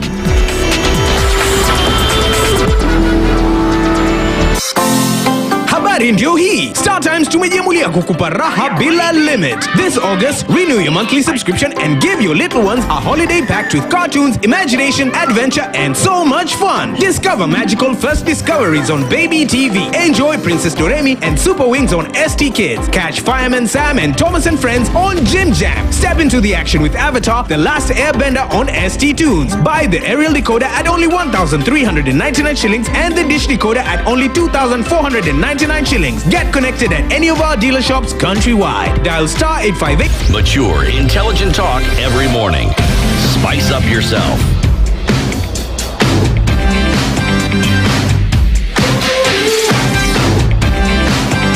Mornings done right. 94.4 Spice FM, Nairobi. All right, I'll continue with our conversation this morning. And it's interesting because we just having this conversation, Dr. Mbae, is that Kenyans may know that they're voting, and the pattern has been that Kenyans will vote somebody out without really paying attention to who they're voting in. And that's really important, because what it does if you don't do that, pay attention to who you're voting in, is that we continue in this cyclical behavior of within now a few months, people are starting to complain. Kenyans know what they don't want. Do Kenyans know what they want? Kenyans know what they want very clearly. And before that, allow me, there's a statement here which I heard about by the NCSC, safeguarding the soul of the nation, reject political intolerance, hate and division. Look here. There's something I would want my good friend Bishop Kagwanja to do. Because the other time we got something about the Honorable Kagwanja, not even NCIC, DCI pounced on him. So I would want to request Bishop Ambay, NCIC should start on its own volition the arrest of Mheshimiwa Karuma, instead of doing a statement appealing for peace, tafadhali, appealing for cohesion, condemning attacks. And you are an actor. The NCC is a big board because it's an act of parliament. Even if they don't have prosecutorial powers, they should recommend tomorrow. They should actually, the statement I wish which they had here was saying, we have immediately recommended, the arrest of Karuma. So that we see there's something happening. This issue of appealing every time, let me tell you, that's why I like Orengo here this morning. He said, I'm going to pursue IG Kanja personally, private prosecution, because in the constitution he's the one who is supposed to never mind, he has no powers to avoid anything. At least that makes sense. I want to say this because we don't want to feel like all the organs are under state capture. We need to see some action. At least let NCIC have another city. This one was a politically correct statement. They should do something else. Now, people know. They are very clear what they don't want. What Kenyan people don't want going to next year is leaders who still have the issue of greed, accumulation. We used to call it in the political science classes primitive accumulation of wealth. They don't want people who are corrupt, private interest in public programs, nepotism, lining up all your community for jobs and tenders everywhere. You are the father, but you are in every other sector competing with ordinary citizens for business, in every other sector. They want somebody like Mwai Kibaki, who already had grown. He was a father. He had no other intention of, accumulating more wealth at his age. They want somebody who will come and say, excuse me, guys, I swear into zero conflict of interest in my work, zero nepotism, zero the issues of looting and all that. I'm okay with what I have, one house here, one vehicle and all that. Somebody who will come and say, let us work for the people. That is what people want. Now, Kenyans are very clear what they don't want. Kenyans no longer want servant leaders. They want somebody who come and say, look here, guys, I am here because I want to serve you. I want to go all along if I'm a member of the county assembly. And not even not just the president. Member of parliament, senator rather, women rep, the governor, and the president. They want somebody who come and say, this time round we want servant leaders. And that's why I'm telling people, kindly, we are in August. We have 1 year to go. But remember, party primaries will happen around March. So we have only 6 months to identify your person. Because in many parts of the country, the person who goes through the party nomination will win the seat. So we are telling them, kindly begin now checking also. Don't, because you may have the wrong person here. Imagine this, what I've been telling people. People elected six members, 6 leaders. Go back and check among the 6. Who can you say you can elect? You'll be left with 1 or 2, for example, or none. Then begin looking for the 6 or 5 or 4. And look for them very fast, because by December you must make a decision. Because by January, by the time you go for primaries, in many parts of the country, the person who wins the primaries is the person who will be elected in August. So can we also share this responsibility, Kenyans? Don't say we are appealing to the Honorable Rigathi Gachagua, to give us a good person to elect. No, it is you to give the Honorable Rigathi Gachagua the person you want to give the ticket. It is very simple. Let's push this back to the people. And please stop sympathy. The moment you begin electing somebody, sympathy, this one is is so and so. Let's elect them so that they can help themselves. Please let people come. We have a whole time for people to go to the ground. Be very careful about the character and personality of somebody. Check their background and capacity. I didn't say education. I said capacity. You may not have gone to school to higher levels, but you have some wisdom and you have some calling and passion for leadership.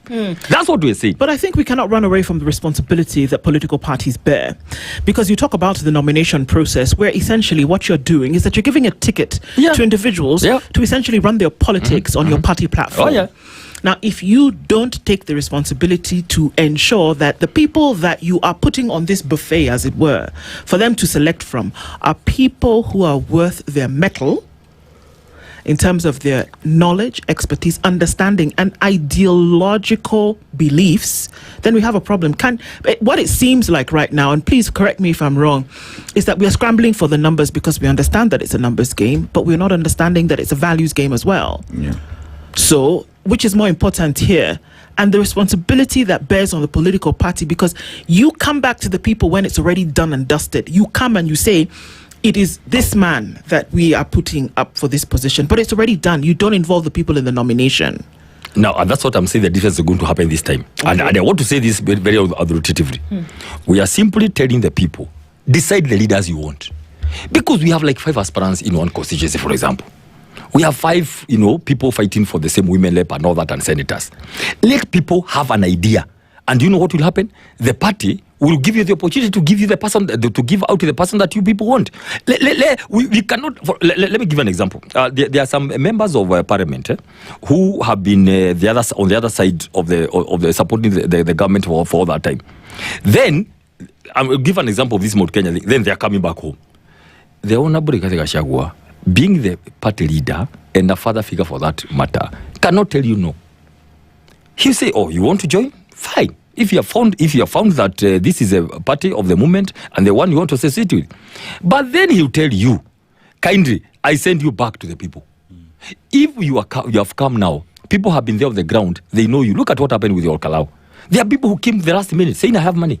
By the way, I can, with tracks and music and all that. But people are like, excuse me, guys, and who are you? Where do you come from? There's this guy here, who vied last time. He was number 2, right? He has been consistent on the ground. He associated with DCP the first day. He was actually the coordinator, the county coordinator of DCP in the whole Nyandarua County. So people are able to see from what we saw in Olkalao. People are able to know, excuse me, who is this person who we can trust? Consistency. He has been there. Their capacity to be able to do a better job than the predecessor. So that one will also apply. I want to say again, if today somebody knocks their door, unfortunately, there was one MP who couldn't get to see the Honorable Gachagua to Amunyoro because there were other delegations around there. So when they saw this guy, and they remember what he has been saying, he said, no, it is us who are deciding you are not going to get him. And then that one left, but others are able to see him. He will come and say, fine, welcome, and a cape is put on your head, and then you have to go to the people. It happened yesterday. The man could not speak to his people, an elected member. At the Gatondo South. Guys are like, excuse me, we got done with you long time ago. Because the pronouncement you have been making, it is not possible that you have turned around. But remember also, there are people who the president will send. Give them the blessings, go and vie on DCP. You are my person. And I will fund you even to come back. So there are all those issues which we must be very clear. The buck stops with the voter. I can tell you, the kind of civic education we are doing here, people must agree. I mean, surely, you need to understand what kind of a senator do you need, for example, in Nakuru. You simply, and I'm saying, I'm ready to go for nominations. Myself, being a NEC member. Why? Because I want to lead by example.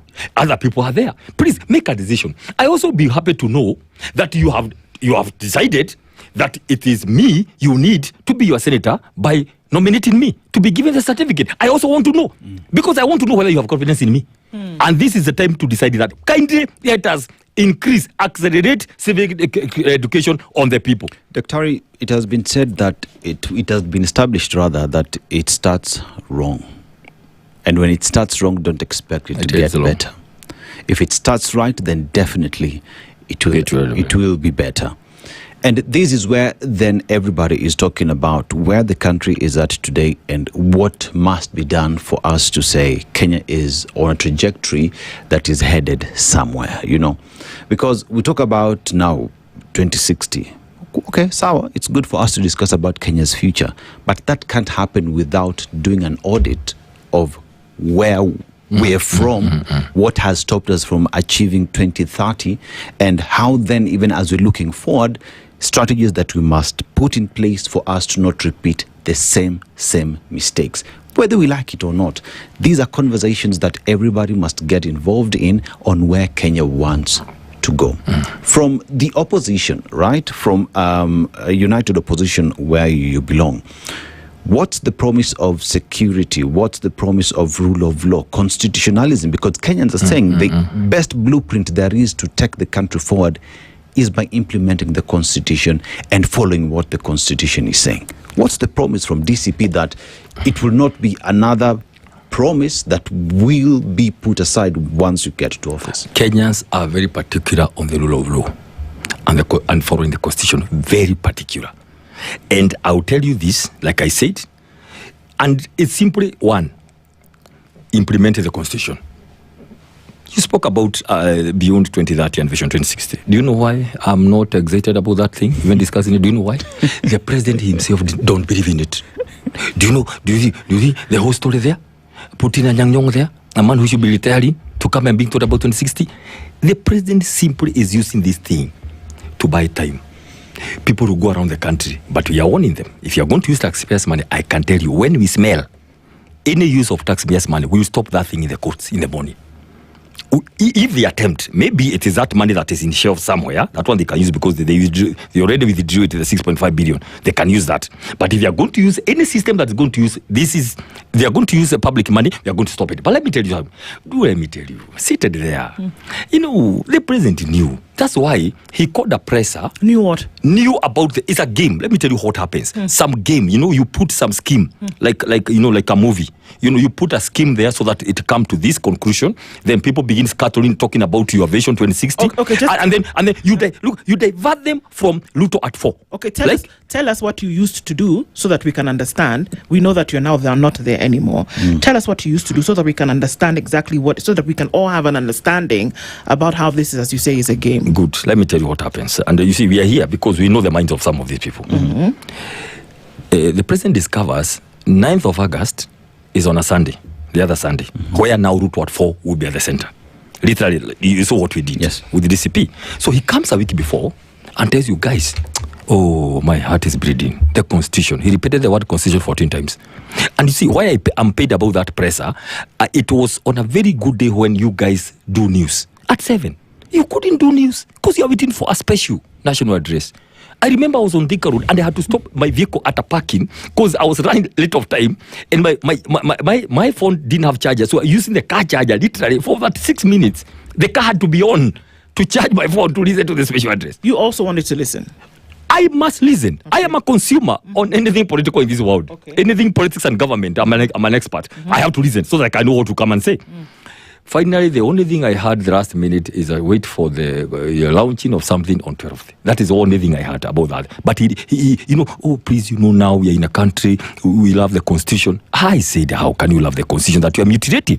But anyway, hold on about that. The idea was people don't to focus on Ruto at 4, about the audit of the 4 years. That was the whole idea about the whole issue about talking it before. So you jump Ruto at 4, 9th of August to 12th. And that's why we said ourselves, we have to come and bring you back. Hey, wait a minute. You are running away. Come back to Ruto at 4. The audit of the 20 trillion. The 4 years. So you know that this is how he... Of course. Let me tell you. This. Look here, what happens. President Uhuru is here. I must demonize you as a president so I can get... I can use your failures to jump on and show people you are bad, so I'm elected. You saw that? That's something that he did. Then he says, let us talk about everything. It's about issues. Oh, the manifesto we had. Oh, that manifesto can be studied in Harvard. I can tell you. The manifesto was colorful. 1 million jobs per year for 4 years, 4 million. Those kind of shiny things. 100 dams. Never mind, this is not even Itare Dam. In my home county, it's still stuck. Imagine Itare, the one that has started. Oh, coming and killing laws like Liloni Summit to start it afresh 4 years later for campaign of the next time. Now, all that thing, use it, hustler versus dynasty. Just to help me jump, to help me be elected. The moment I'm elected, all that out. What is my motivation? Governance power and money. Buy everyone one out. People have to beg before me.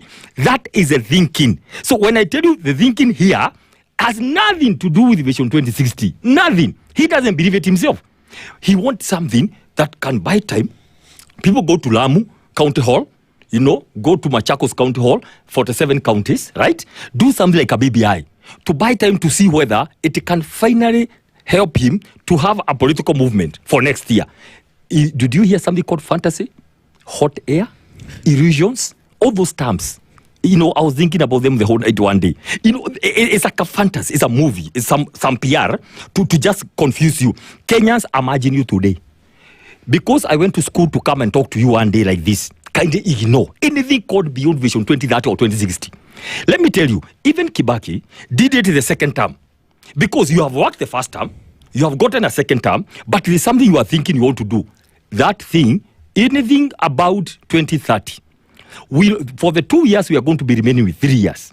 We'll go back to it. Actually, when we are doing our policy issues on DCP, we have a document here called Vision 2030.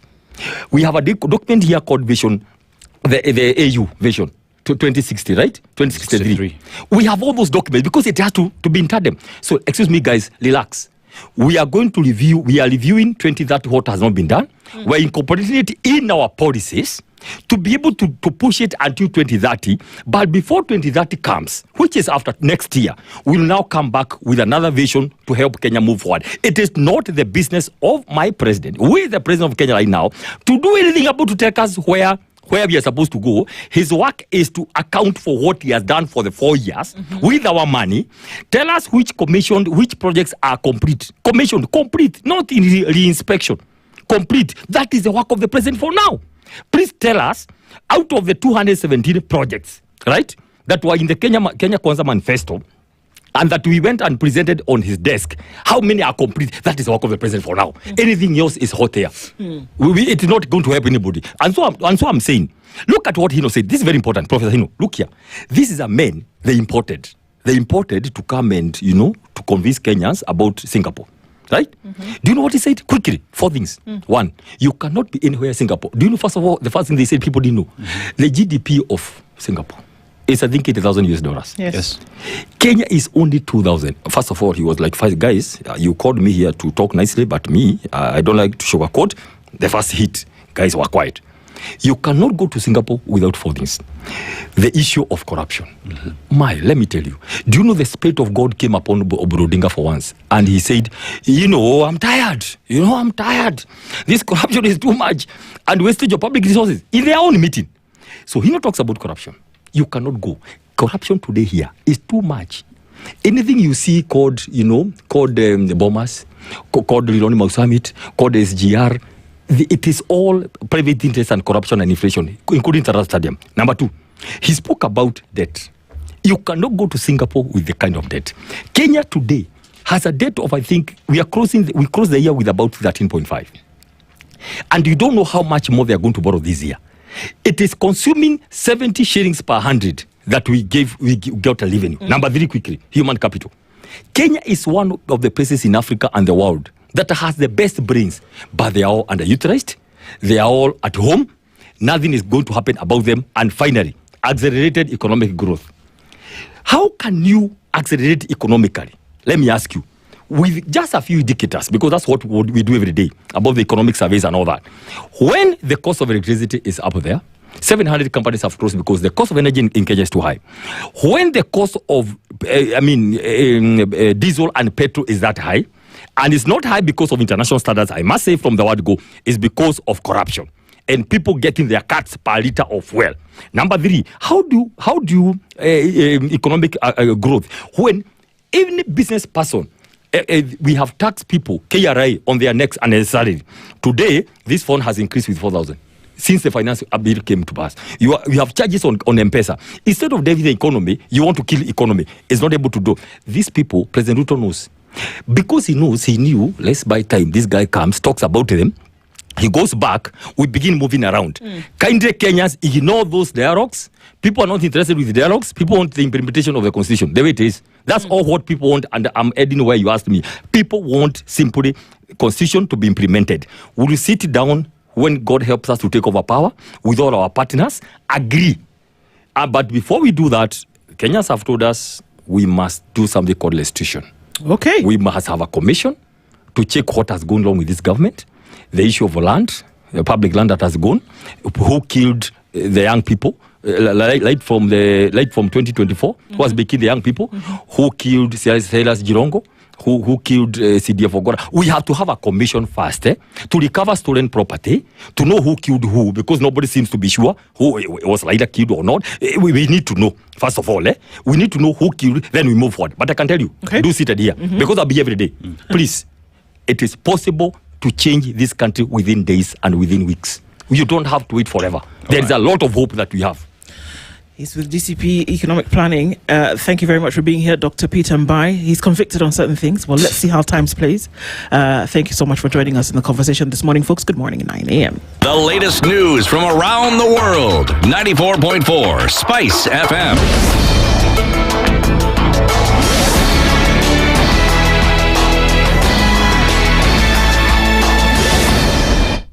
Good morning. This is the news. I'm Sheila Tembur. The government is putting in place measures to support farmers affected by drought amid concerns over declining maize production in parts of the country. Agriculture CS Peter Kagwanja says the government is developing strategies to address the impact of climate change and safeguard food security. Speaking after touring farms in Uasin Gishu, Nandi and Trans Nzoia counties, Kagwanja acknowledged that poor weather has affected maize production but assured Kenyans that the country will not face food shortages. Upande moja huko katibu na Elgon area hizo unaweza kuangalia uone ya kwamba iko na ukame. Na ni ukweli na iko kweli kwa sababu mimi mwenyewe niliona, mimi sikuambiwa, nimeambiwa. Na hapa Nandi nimeona pia mahindi ile nyinyi mnategemea wale wanapanda mahindi mingi. Nimetembea shambani, nimeona pia iko shida huko kidogo kwa sababu ya ukame. Na sisi kama serikali hatuwezi kumwachilia tu namna hiyo mkulima ambaye alikuwa amepanda mahindi yake, ambao tunategemea kama wananchi atusaidie kupatia wananchi chakula ya kutosha. Kagwanja also warned against the sale of counterfeit seeds, saying the illegal trade is causing farmers significant losses and undermining food production. He called on security agencies to intensify the crackdown on traders dealing in fake seeds and urged lawmakers to support legislation that will classify the trade as an economic crime. Lazima nitoe onyo kwa wale ambao wanauza fake seeds kutumia mkulima na njia hiyo. Wewe unajua ya kwamba ile seeds, ile mbegu ambayo unauza ni mbegu bandia, na mkulima hatajua ati ni mbegu bandia until 5-6 months later. Miezi 6 itapita kabla hajajua ati yeye alinunua mbegu bandia. Hiyo jameni, hatuwezi kubali. Mixed reactions continue to follow the unrest witnessed in Homa Bay County during the visit by leaders of the Linda Mwananchi movement. Machakos Governor Wavinya Ndeti has called on President William Ruto to intervene and take immediate action against groups involved in political violence. Wavinya said such incidents threaten the country's peace and security, particularly as the country heads towards the 2027 polls. She has also urged police officers to resist being used by political leaders to incite violence. This is a brother fighting a brother. a sister fighting a sister. I am asking the president, take charge. The security agents should take charge. Hii maneno yote inaendelea Kenya iishe. Ni wewe uko saa hii na wewe ulisema Kenya itamwaga damu tena. Kwa nini uache Kenya ifike mpaka hapo? The security agents of this country, I can take you as civil servants. Leaders come and go, but you'll be left working for this country. Take charge of this country and give peace to everyone who goes out there to campaign.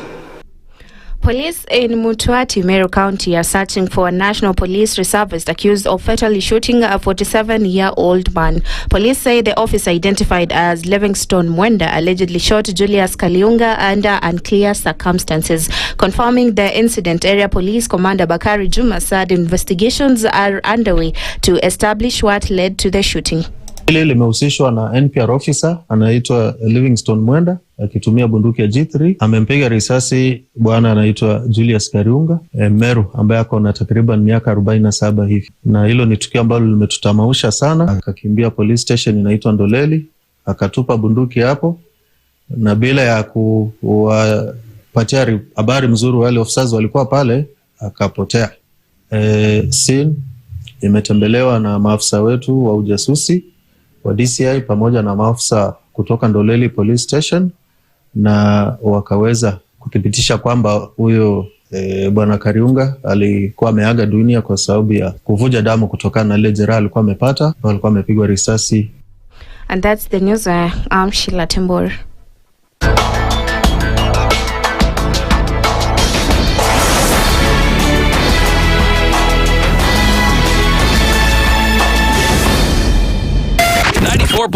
Spice FM, Nairobi.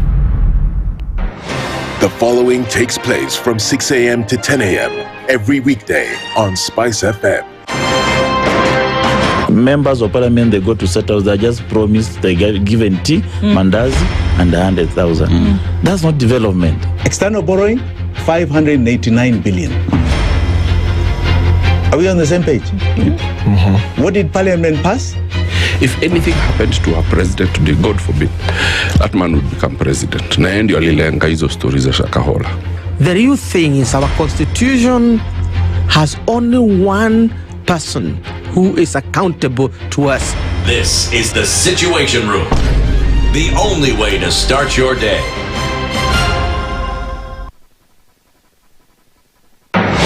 The following takes place from 6 a.m. to 10 a.m. every weekday on Spice FM. Baba should disown these experts and they say they went there on the, because he keep on telling us that these experts just you came from Dubai and you found them there already at State House looking for jobs. Government has to has to introduce austerity measures. It's something that this government and the previous ones have not been able to do in this country. We've talked about it so many times.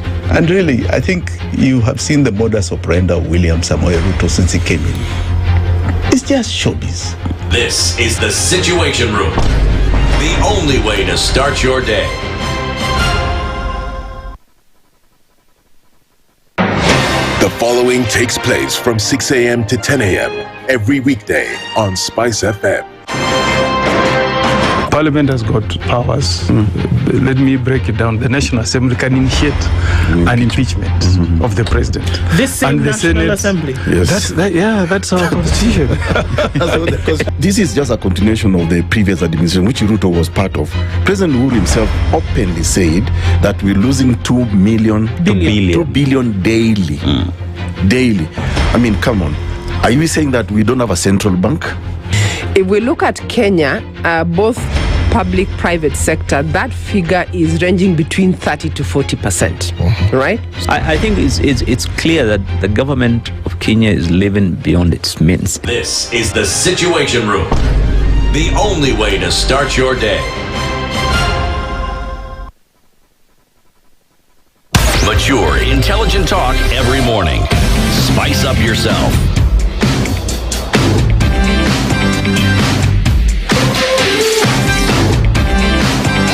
Mornings done right. 94.4 Spice FM, Nairobi. Good morning to you. It is now 8 minutes after 9 o'clock into the final hour of the Situation Room this Monday morning. And as we get into it, Karibu Sana, thank you for being here.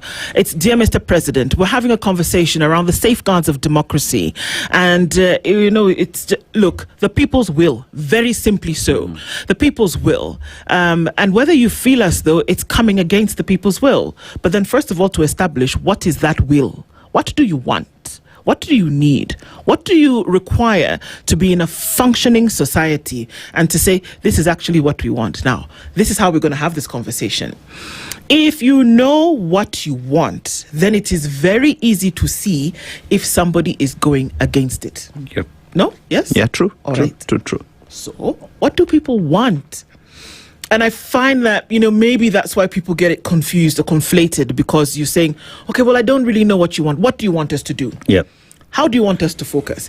So our Dear Mr. President conversation will involve you this morning. Thank you for your comments that are coming in on socials already. Kimiyak, we see you. Yeah. But then also that you will call in and let us know that what is it that the people of Kenya actually want. And it beyond now, what you do, what leadership does, is that within an organized state, this is what we studied, within an organized state, you take what you are able to do, that is skill, ability, and or plus talent, and you combine that with the desires of the majority, which are people, and then you deliver governance and leadership. That's how it works. Yeah. Now, if you have skill and talent and then you come and deliver the opposite of what people want, that is why you are called a bad leader, or that you are not following the elements and tenets of leadership. Right? Because the people's will has to play, especially if you tout to be operating within a democratic space. Yes. Because we can academize it and make it sound so philosophical, democracy and working with it. People's will, for the purposes of this conversation, we are talking about the will of the people, very clearly so. And that the will of the people must be brought in, tempered with proper leadership along the lines of whatever supreme law. It could be a constitution, it could be an ideology of governance, whatever the case may be, wherever you are, how you choose to deliver that. In Kenya, it is supposed to be democratic, that the people's will is what will lead the day. So then you delegate your responsibility, or you delegate your power or your sovereignty to these elected leaders. So they should actually be doing what you want. Now, in order for that to happen, first of all, you must know what you want.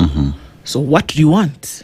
I think that's the most important piece of Dear Mr. President, because then it is you who gets to tell the president what you really want, not them telling you what they would do for you. Yes. Because they would only do for you that which you've told them that you want. Precisely. Because if I want to eat chapati today, I will tell you I want to eat chapati. Then if you bring me omena, I asked for chapati, or I can tell you to go away. Go away. Yeah. I want my chapati. Yes. You get what I mean? So this is an opportunity then for us to have a conversation on what we as Kenyans want. Then from there, we're able to determine whether individuals who are there have the temerity and capability of giving us what we want. Are they able to do what we want? Because they say they've been here long enough. We've been seeing them in these spaces.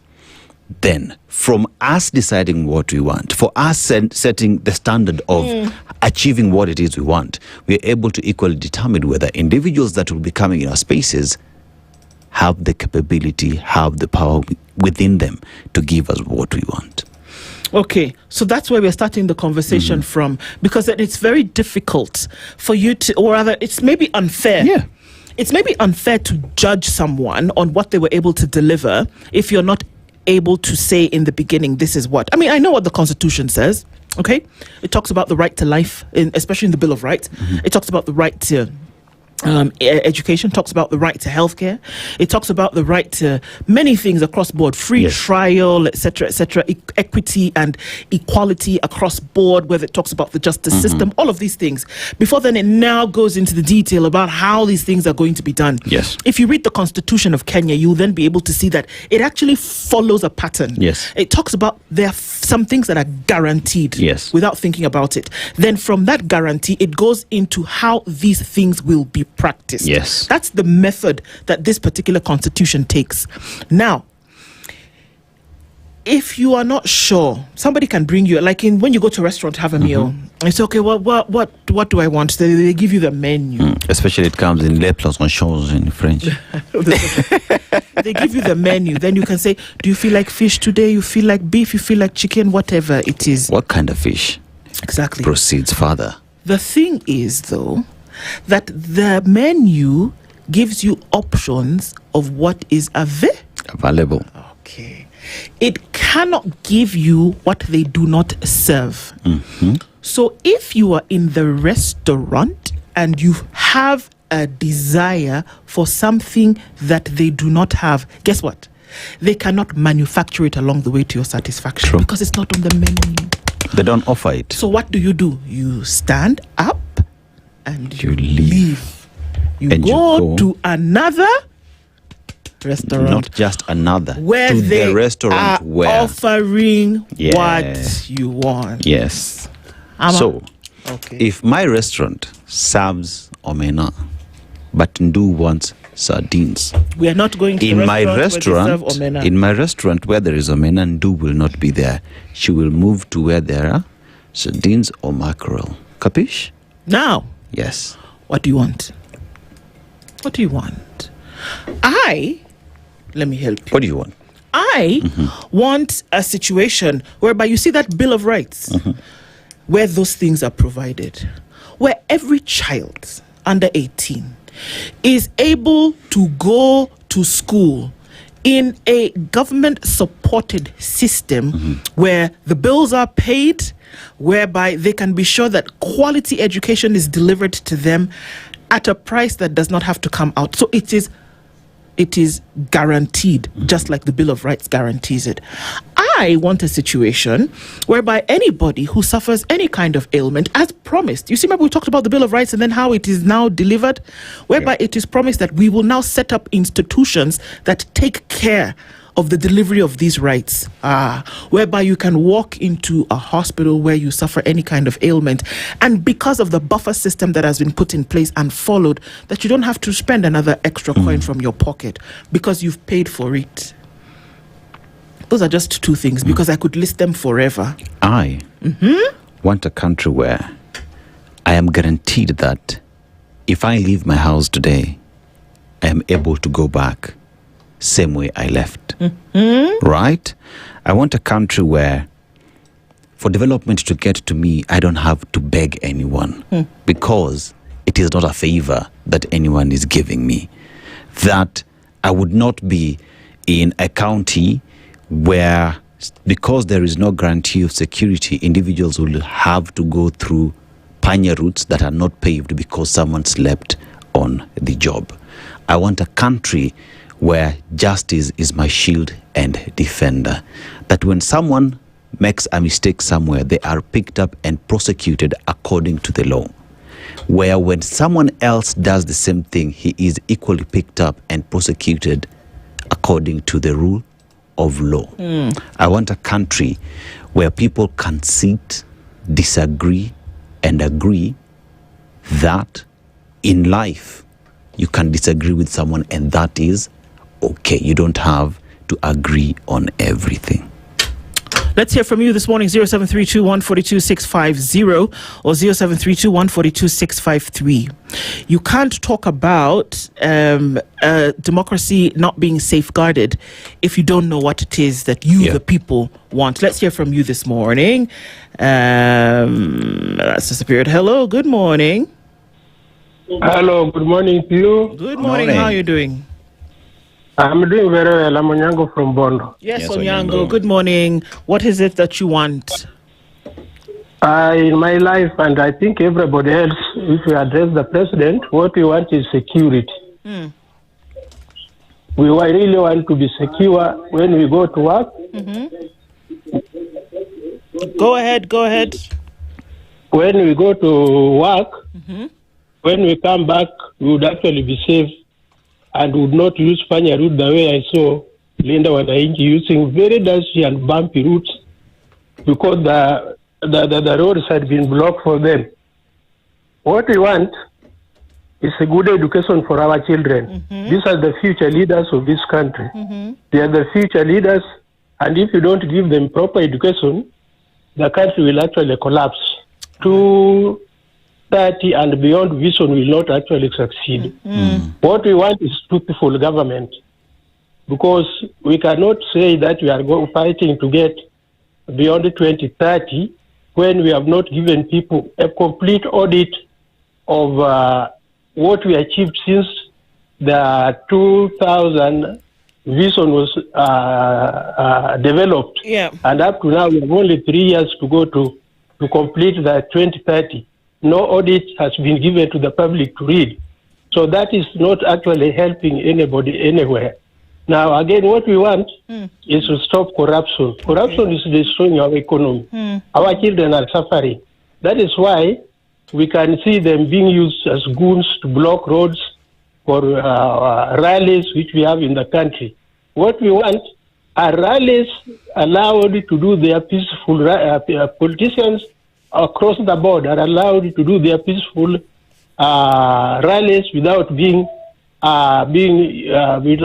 stopped by goons organized by the government. We are very sure that what happened yesterday was done by the government regarding Achagua. It was done by the government to Sifuna.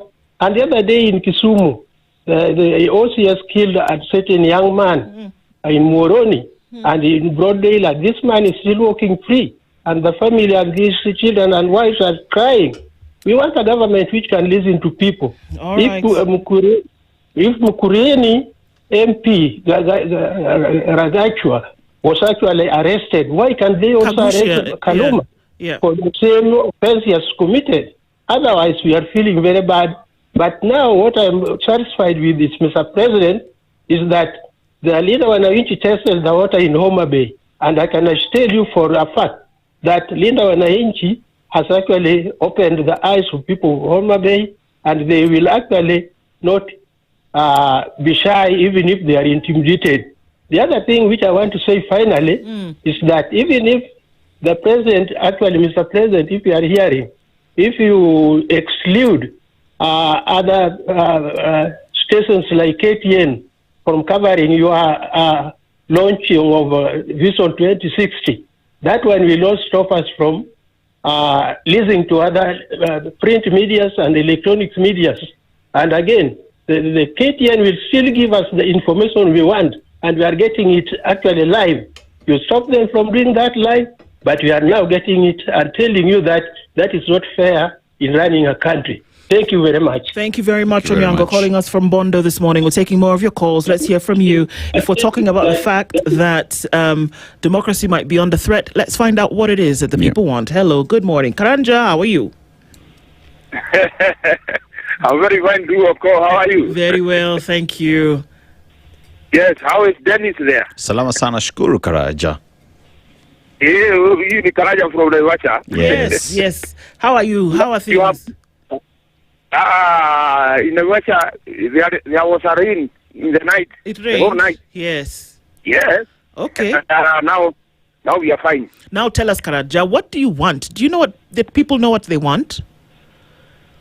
Yes, the people, yes. First of all, you have asked a very fundamental question about whether we are in democracy. Is our democracy in threat? That is absolutely right. Given the fact that nowadays, you cannot talk in the streets about how you want the government to do, because you don't know who is next to you. You can be taken somewhere. Now, what the people want in Kenya is about, I said the other day, is let us have democracy. Each and every person should be able to talk, whether good or bad of the government. Because I don't know how the people from mountain get this view that you need to be in government so that you can have development. I think it is wrong. What is right is that you need to have development, whether in government or not in government. Number two, what the people need is free, good education. I said the last time that if we have good schools, good education and finance, do tertiary, do machinani hapa to the university, that is good. Number two, are you with me? I'm here. We're listening to you, Karanja.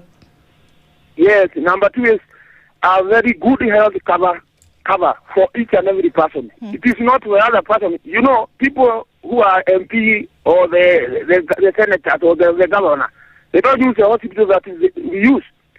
When they are sick, they go abroad. If I'm sick, I go to the nearest dispensary here. Yeah. So, yes, so they don't see the effect of the shower or whatever they see. So, Karanja, people want basics. People want basics, Karanja. Yes, people want basic needs. The way we say that a child is have a right to education, to school, to clothing, to food, to security. That's what we want in our Kenya. Thank you very much. Asante sana, Karanja. Thank you very much for your call this morning. All right, we're hearing from more of you this morning. Tell us what it is that you want. If we're going to talk about democracy under threat, and democracy being the will of the people or the rule of the people, what is it that people want? Hello, good morning. Hello, good morning. Fine, thank you. How are you? Very well. Please tell us your name and where you're calling from. From Kisii, Magena. Okay. Please tell us what your thoughts are. What do Kenyans want at the moment in terms of leadership, governance? What is it that people are looking for? Kenyans need uhuru ya kutafuta kura vizuri. Sio kupigapigwa ovyo. They have rights, watafute kura wenyewe. Polisi wachunge hawa vizuri. Okay. People, okay. Asante sana. That is what people want. Thank you so much. People should have freedom. Security. Free will. Worker police, they teach them when they are on the way to campaign. Okay. All right. Thank you very much for your call. Sana. We're taking a couple more this morning. Hello, good morning. Hello, good morning. Please tell us your name and where you're calling from. My name is Bramwell. Yes. Please turn down the volume on your radio first of all so we can get you clearly. Bramwell. Yes, please turn down the volume on your radio. I want to say... Hello, good morning. Hello, good morning. Hello.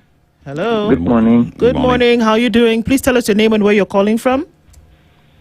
Mimi naitwa Mheshimiwa Wangai Wanjozi. Yes. I'll be contesting for Member of Parliament in Embakasi East. Okay. So my point is very simple. As much as we're seeing so much development going around, then looting going on under, that creates a very great imbalance that you cannot tell people that development is going on and yet they are feeling the pinch of your theft.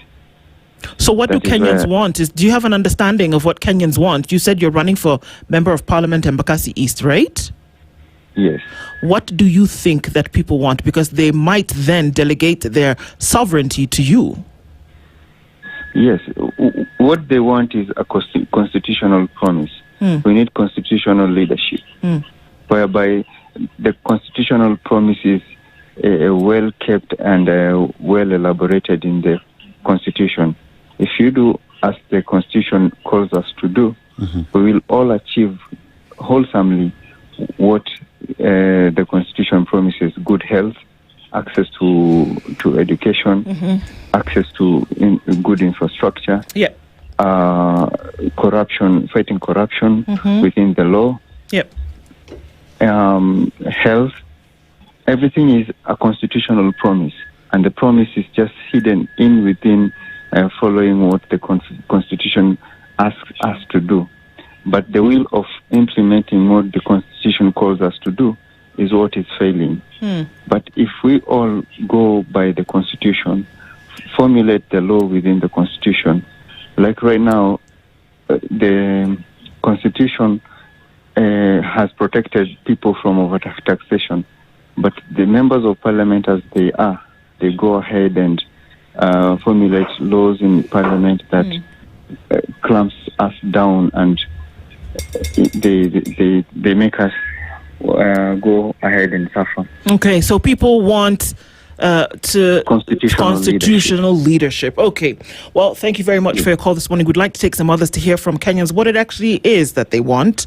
Asante sana for calling in this morning. Hello, good morning. Good morning. Hello. Hello. Good morning, Nduh and Dennis. Good morning, sir. Please tell us your name and where you're calling from. This is Omar from Kwale, Kinango. Yes, Omar, talk to us. There are two issues here: developing the countryman and developing the country. We just need to start with the first. Develop the countryman first. Then that countryman will work hard with money in his pocket, will contribute in the development of the country. But skyscrapers with an empty stomach, that's we are not doing any development.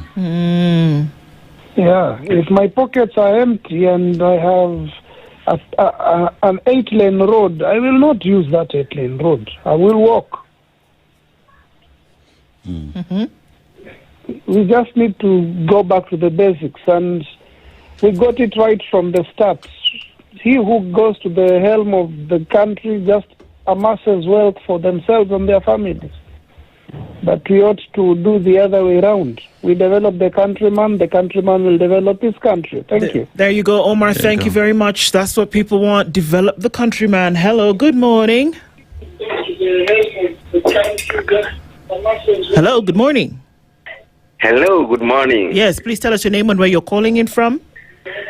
I am Charles Obure. I'm calling from Siaya. Yes, Charles, what are your thoughts? What do Kenyans want before we talk about it being under threat?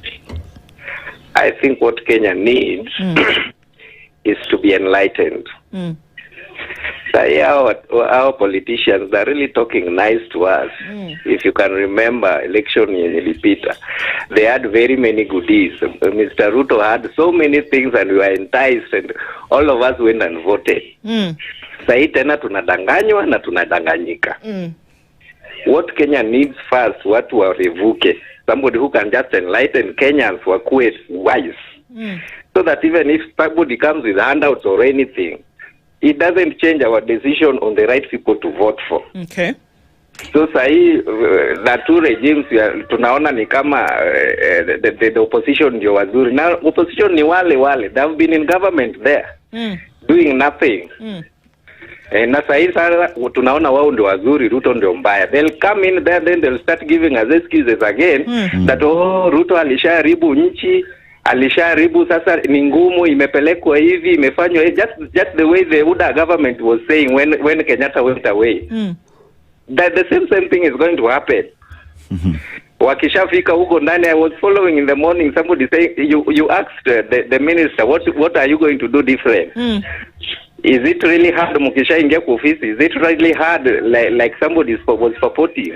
Even though watasema watafika huko waanze kusema gai gharama ishaenda juu, lazima we do what.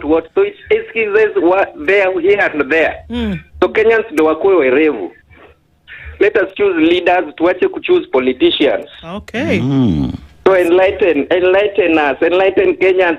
Let me use this wrong word. Bado tunakaa wajinga, naive.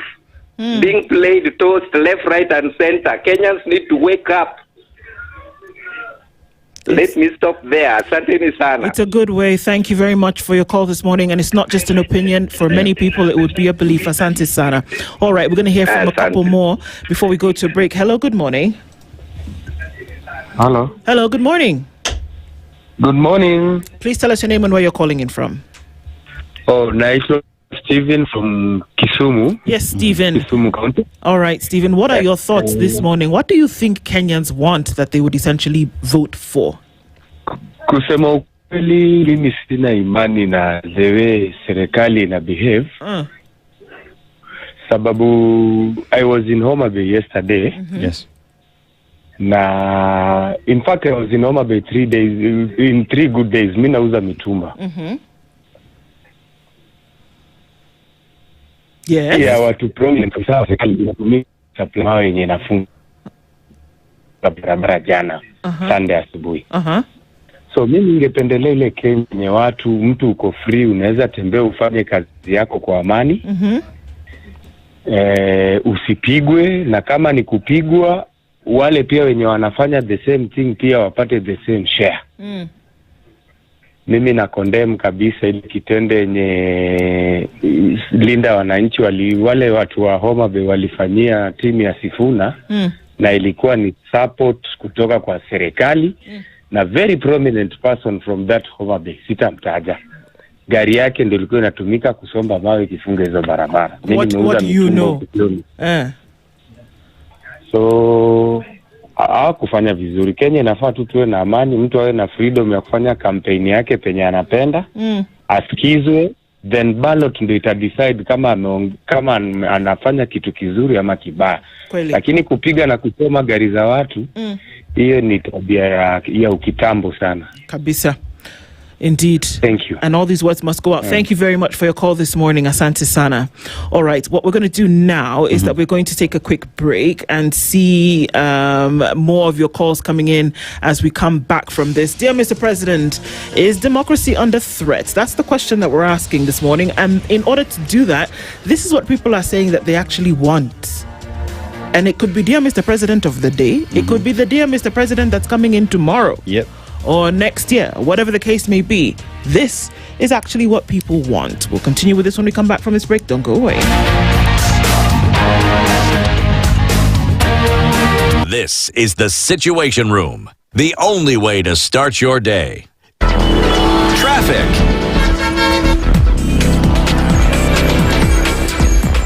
All right, let's see. Has that improved? Actually, it has. Not much for traffic this morning.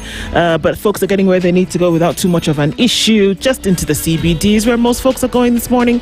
And I think we'll be okay after a short beat. The little bit of traffic that's left on that Pangani area as you come towards the underpass is what we're having to deal with now. But then the CBDs where most of the action is happening this morning. All right, so we're coming off of Mombasa Road, heading out towards the Nyayo Stadium roundabout. And there'll be some traffic there. It's going to take us through towards the city slowly, but you'll get there eventually, so no thing. Coming off of Limuru Road, coming in past the village market, there is some traffic here, but again, it's not going to last for too long, so wits about, folks. Talk to us through the day. Let's keep things moving. SpiceFM KE on X, hashtag The Situation Room. Mature, intelligent talk every morning. Spice up yourself.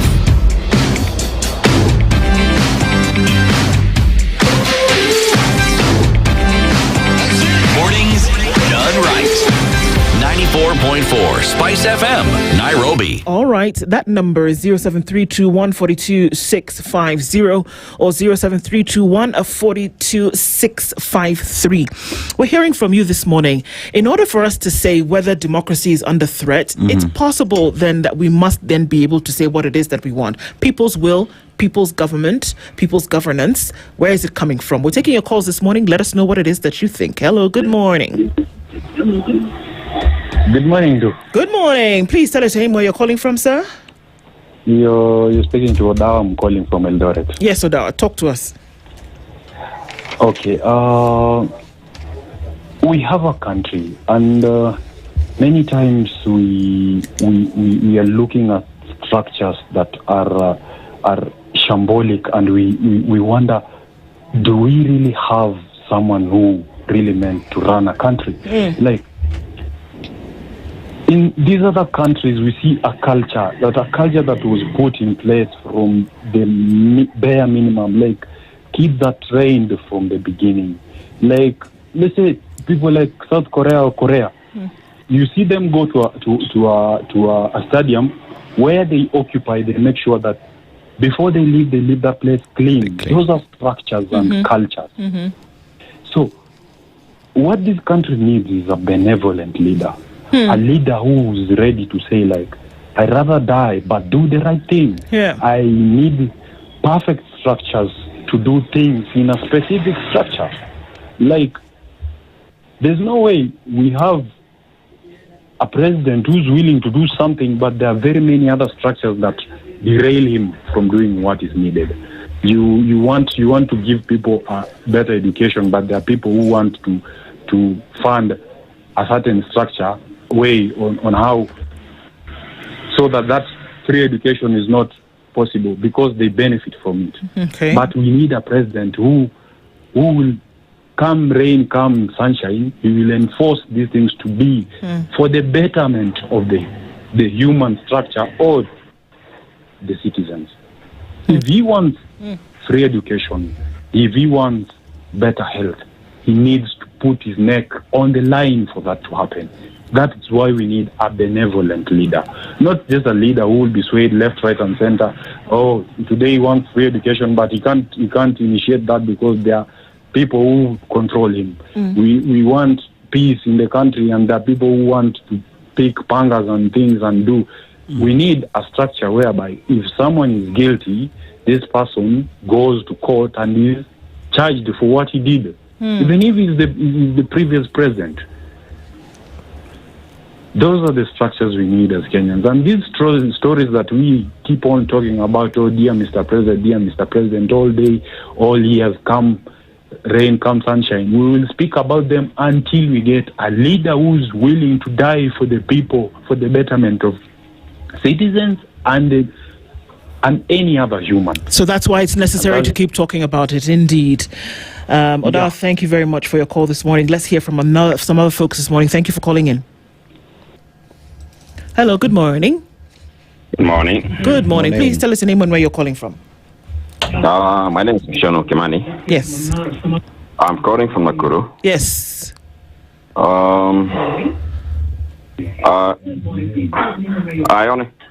only think that our country is not going the right direction. Okay. Because whenever one is not in support of the ruling party or ruling government, or in support of the government, one is termed as a tribalist. Okay. So this one tribe, I think, in my own opinion, it is being misused in a way, because we all at the end of the day, we all come from a certain tribe. Yes. So when one is not in support of the government, maybe one is in the opposition, one is termed as a tribalist. So in the real sense, what does word tribe mean? I mean, what does it mean to us or to the common person down there in the rural areas? What does tribe mean? According to me, this word is sort of being misused, and I think from the top, from the president, from the leaders, from the ministers, those who are in support of the government, they are all talking about tribe. And then there's the other issue of the counties, the governors, the people who are in charge of the counties. They behave as they are small gods in a way that they sort of are like think tanks for the common person. They are sort of they are, it's as if they are thinking on behalf of the people. Because when chaos elapsed, it did Homa Bay or in other areas that has been, we have had this eruption of chaos about goons. They are in support. They are in denial that there's no chaos. There's peace in their country, of which your people or the press is reporting that we have chaos in certain areas where the opposition is holding their rallies. So it is, I think we should do away with these counties, according to myself. Is that going to solve the problem of democracy being under threat? Do away with the counties? Does this then answer the question of what Kenyans want? Yeah, the Kenyans want peace, actually. The Kenyans want peace. Okay. At the end of the day, we want peace. We don't want to hear everyone now and then that there are chaos, especially where opposition are holding their rallies. Okay. All right. So I think, in my own opinion, this goonism should end. The government is able to end this once and for all. Okay. The country goes on. We don't want to hear about this chaos every day. We want to hear peace. We want to hear people preaching peace. Okay. All right. Thank you very much for your call this morning. We'd love to take some other calls from folks this morning, but thank you for calling in. Asante. All right. Hello. Good morning. Yes, morning. How are you? Fine, thank you. How are you? Please tell us your name and where you're calling from. Okay, my name is Mukuna. I'm calling from Nairobi. Yes. What are your thoughts? What do Kenyans want? I think what we need is purely is economic emancipation. Okay. Yeah. Because once that is done, then people won't have time to go and create chaos, fight, kill each other. That's my view. All right, it's a good one. When I'm saying when it comes to leadership, the truth is that leadership is a reflection of society. So if we are hello, yes, we can hear you.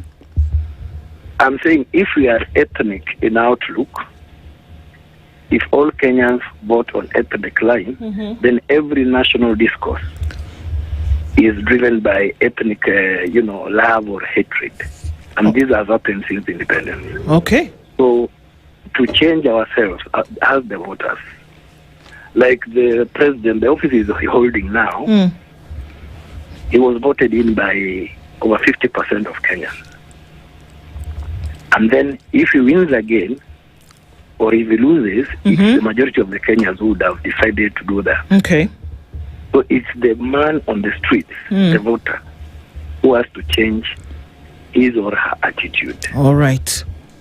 So you cannot elect somebody today, and then maybe after 1 year you say he's bad, he's terrible, but if we focus on, you enlighten the people, and then after that, you put in structures that will start economic development, like roads, infrastructure, whatever the president is doing now. These are public goods. When he instructs SGR to Western or instructs that LAPSET project at the coast, these are public goods in economic terms. All right. So the infrastructure that is being put in place is the one that will enable the private sector now to set up businesses and create jobs. But you cannot just sit in your house and start saying, this government is this government is terrible because I don't have a job. Okay. Otherwise, it's the government job is to create an enabling environment for jobs to be created. The government cannot employ everybody in Kenya. So there was a time, I think it was 1990s, when somebody called, I think it was the U.S. President, Bill Clinton. He came up with the idea that, he just said one word, is the economy stupid? That's why he defeated George Bush Sr. So assume that, we are a poor country, resources are limited and whatever, corruption is there, like this Japanese professor told us. But the thing is, if the basic infrastructure is there, then the private sector should create jobs. On top of that, even as people who are not in formal employment, people are selling things on the road, people are selling the tumbas, people are in their farms. So jobs are there. Of course, there's an element of underemployment, but I don't think it's right for anybody to say that when it comes to employment, it's the government to blame. Thank you very much. Hello? Yes, I mean... And then there's also another thing which people don't understand. Okay, quickly, so we can take some calls from others as well. We have. Okay, what I wanted to say... Go ahead, we can hear you. Go ahead. Yeah, there's a basic principle that people normally ignore, that Kenya is not an egalitarian society. The equality can never be achieved in a capitalist system. There are people who are at the top with the capital, and people at the bottom who are workers. So having opted to go the capitalist way, there'll always have billionaires on top, the middle class and the lower people. Okay. And this system is the one that has won the day in the New World Order. so that communism, socialism, Marxism, and those theories now are, people have forgotten about, or they have been discarded. So as long as we are in the current situation, there'll always be people who are at the top, people at the bottom, and then this gives credence to the Kibaki's theory of the idea of a trickle-down effect. I hear you. But not all of us can be equal in the society as it is now in the world. Yeah. But do you agree that there's some basics that people should have? And I guess that's where we're going with this. Are there some basics that should be then available to people?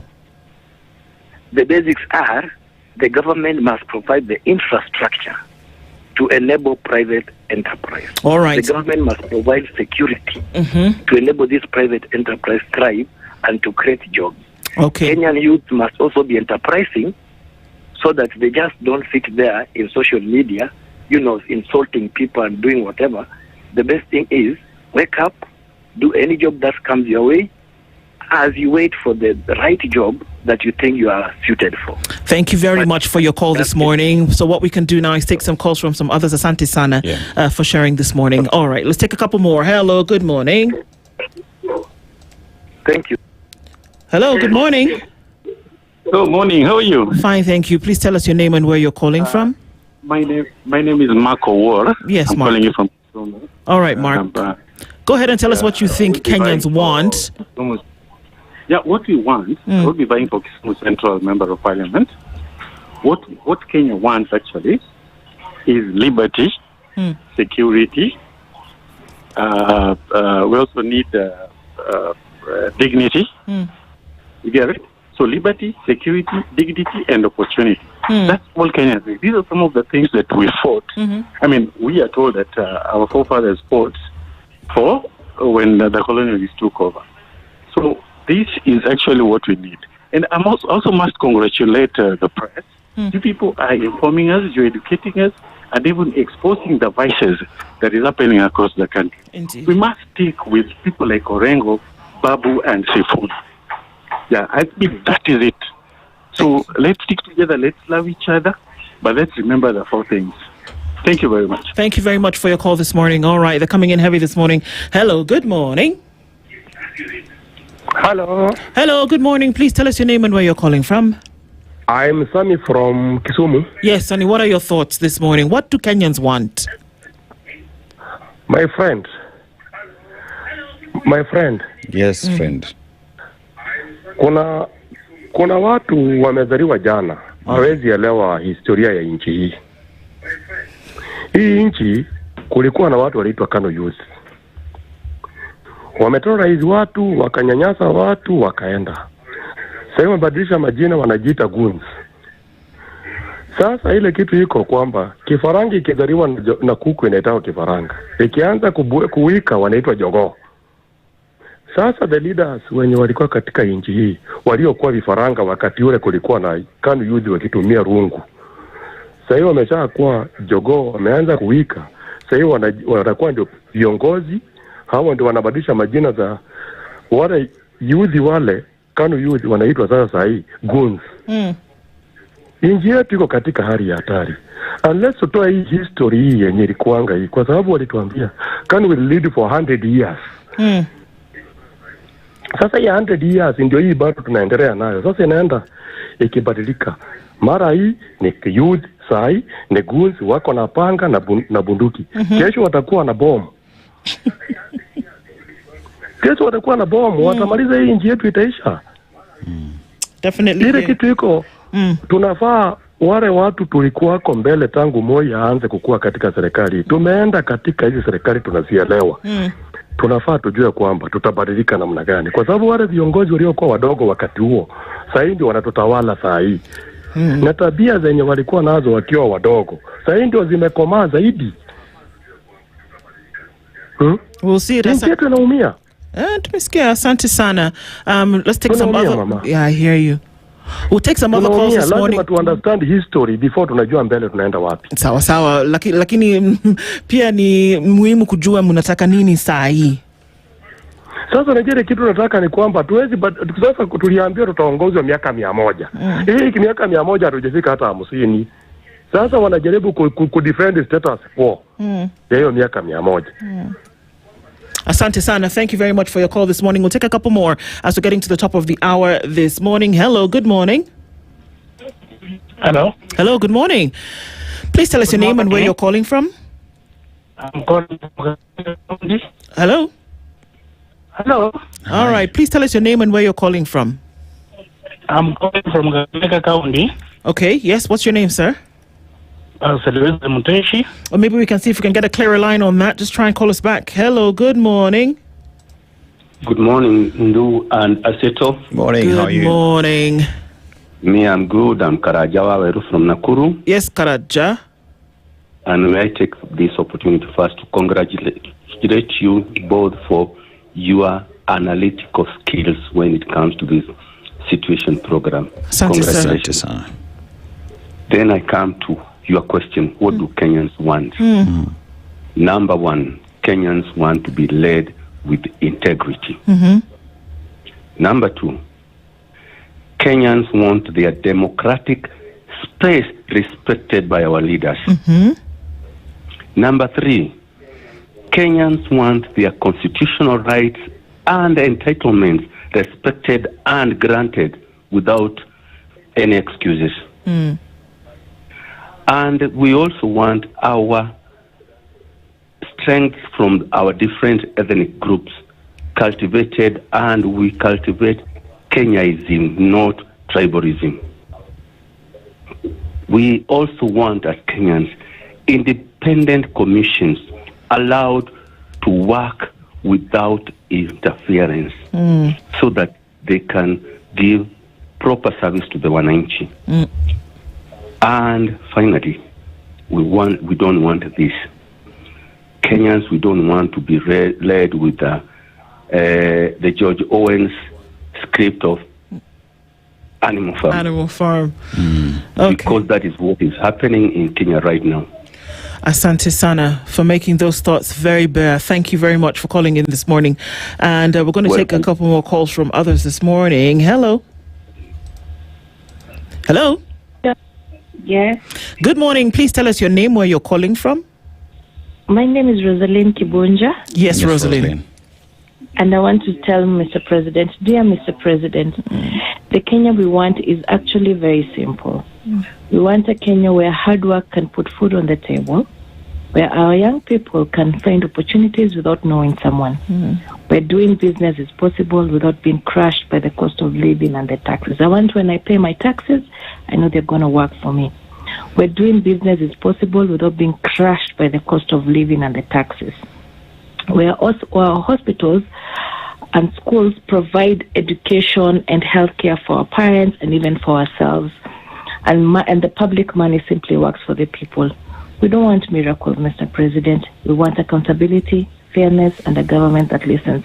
We love this country. We want to build it and work in it, raise our children in it, and be proud of it. That is what we want, and that is the bare minimum that we expect from Mr. President. Thank you very much. Thank you very much, Rose Kibunja, for that. Asante sana. It doesn't get simpler than that. Yeah. Thank you so much for calling in this morning. A couple more calls, even as we get to the top of it. Hello, good morning. Good morning, too. How are you doing? I'm doing well, sir. Well, okay. Sir would be Dennis, but all right. Yeah. Please tell us your name and where you're calling from. I'm calling from Bungoma. Yes. I'm calling from Bungoma. I'm Wasike. Yes, Wasike. What are your thoughts? What do Kenyans want? We were tired of economic. We are just poor. We are getting poorer as time goes on. Our pockets are empty. We cannot move on. Heavy taxation. So I just want to tell the president, kindly, what is happening? Why are you overtaxing us? We are tired. Our pockets are empty. We have nothing. We cannot move on. I can't pay rent. Where? Just in my house watching TV. And the landlord is always on my neck. Yeah. I don't know what to pay next month on 1st or 2nd. The landlord is coming. What am I going to pay? Yeah. That's a problem. We are suffering. We are not campaigning for the Linda Mwananchi, but we are tired. We are just find ourselves campaigning for them because they're telling us the truth. And that's what Kenyans want. We want it. Our pockets are empty. I don't care who's gonna who's gonna? What are we gonna do? We are tired. In Bungoma, we are tired.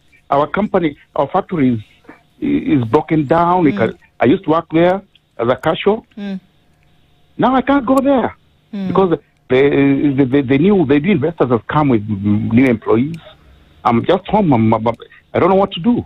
I hear you. Wasike, that's a call for a lot of people, essentially. Yes. Thank you very much for sharing those thoughts with us this morning. God bless you. God bless you too.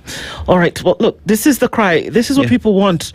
And so if these things are happening or these calls are coming in the absence of an answer, then I guess it's very clear what the answer to that question is, whether we ask whether democracy is under threat. The answer is obviously yes. This is what we have time for this morning. And that is good that you're letting this conversation take root.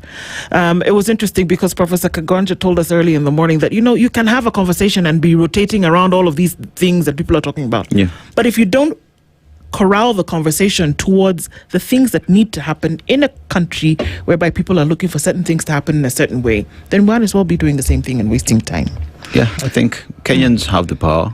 Conversations must be yours. And for you to determine the future.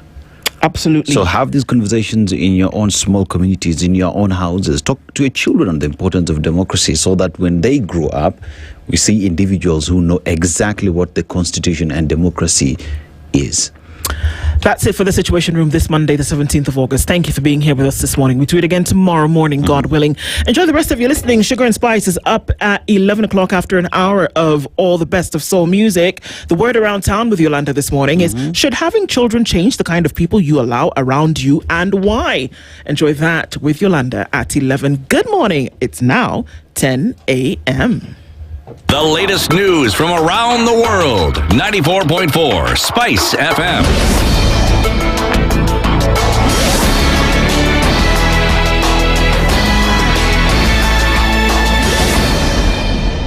Good morning, this is the news. I'm Sheila Timbor. Teachers have urged the Teacher Service Commission to clarify its directive on social media use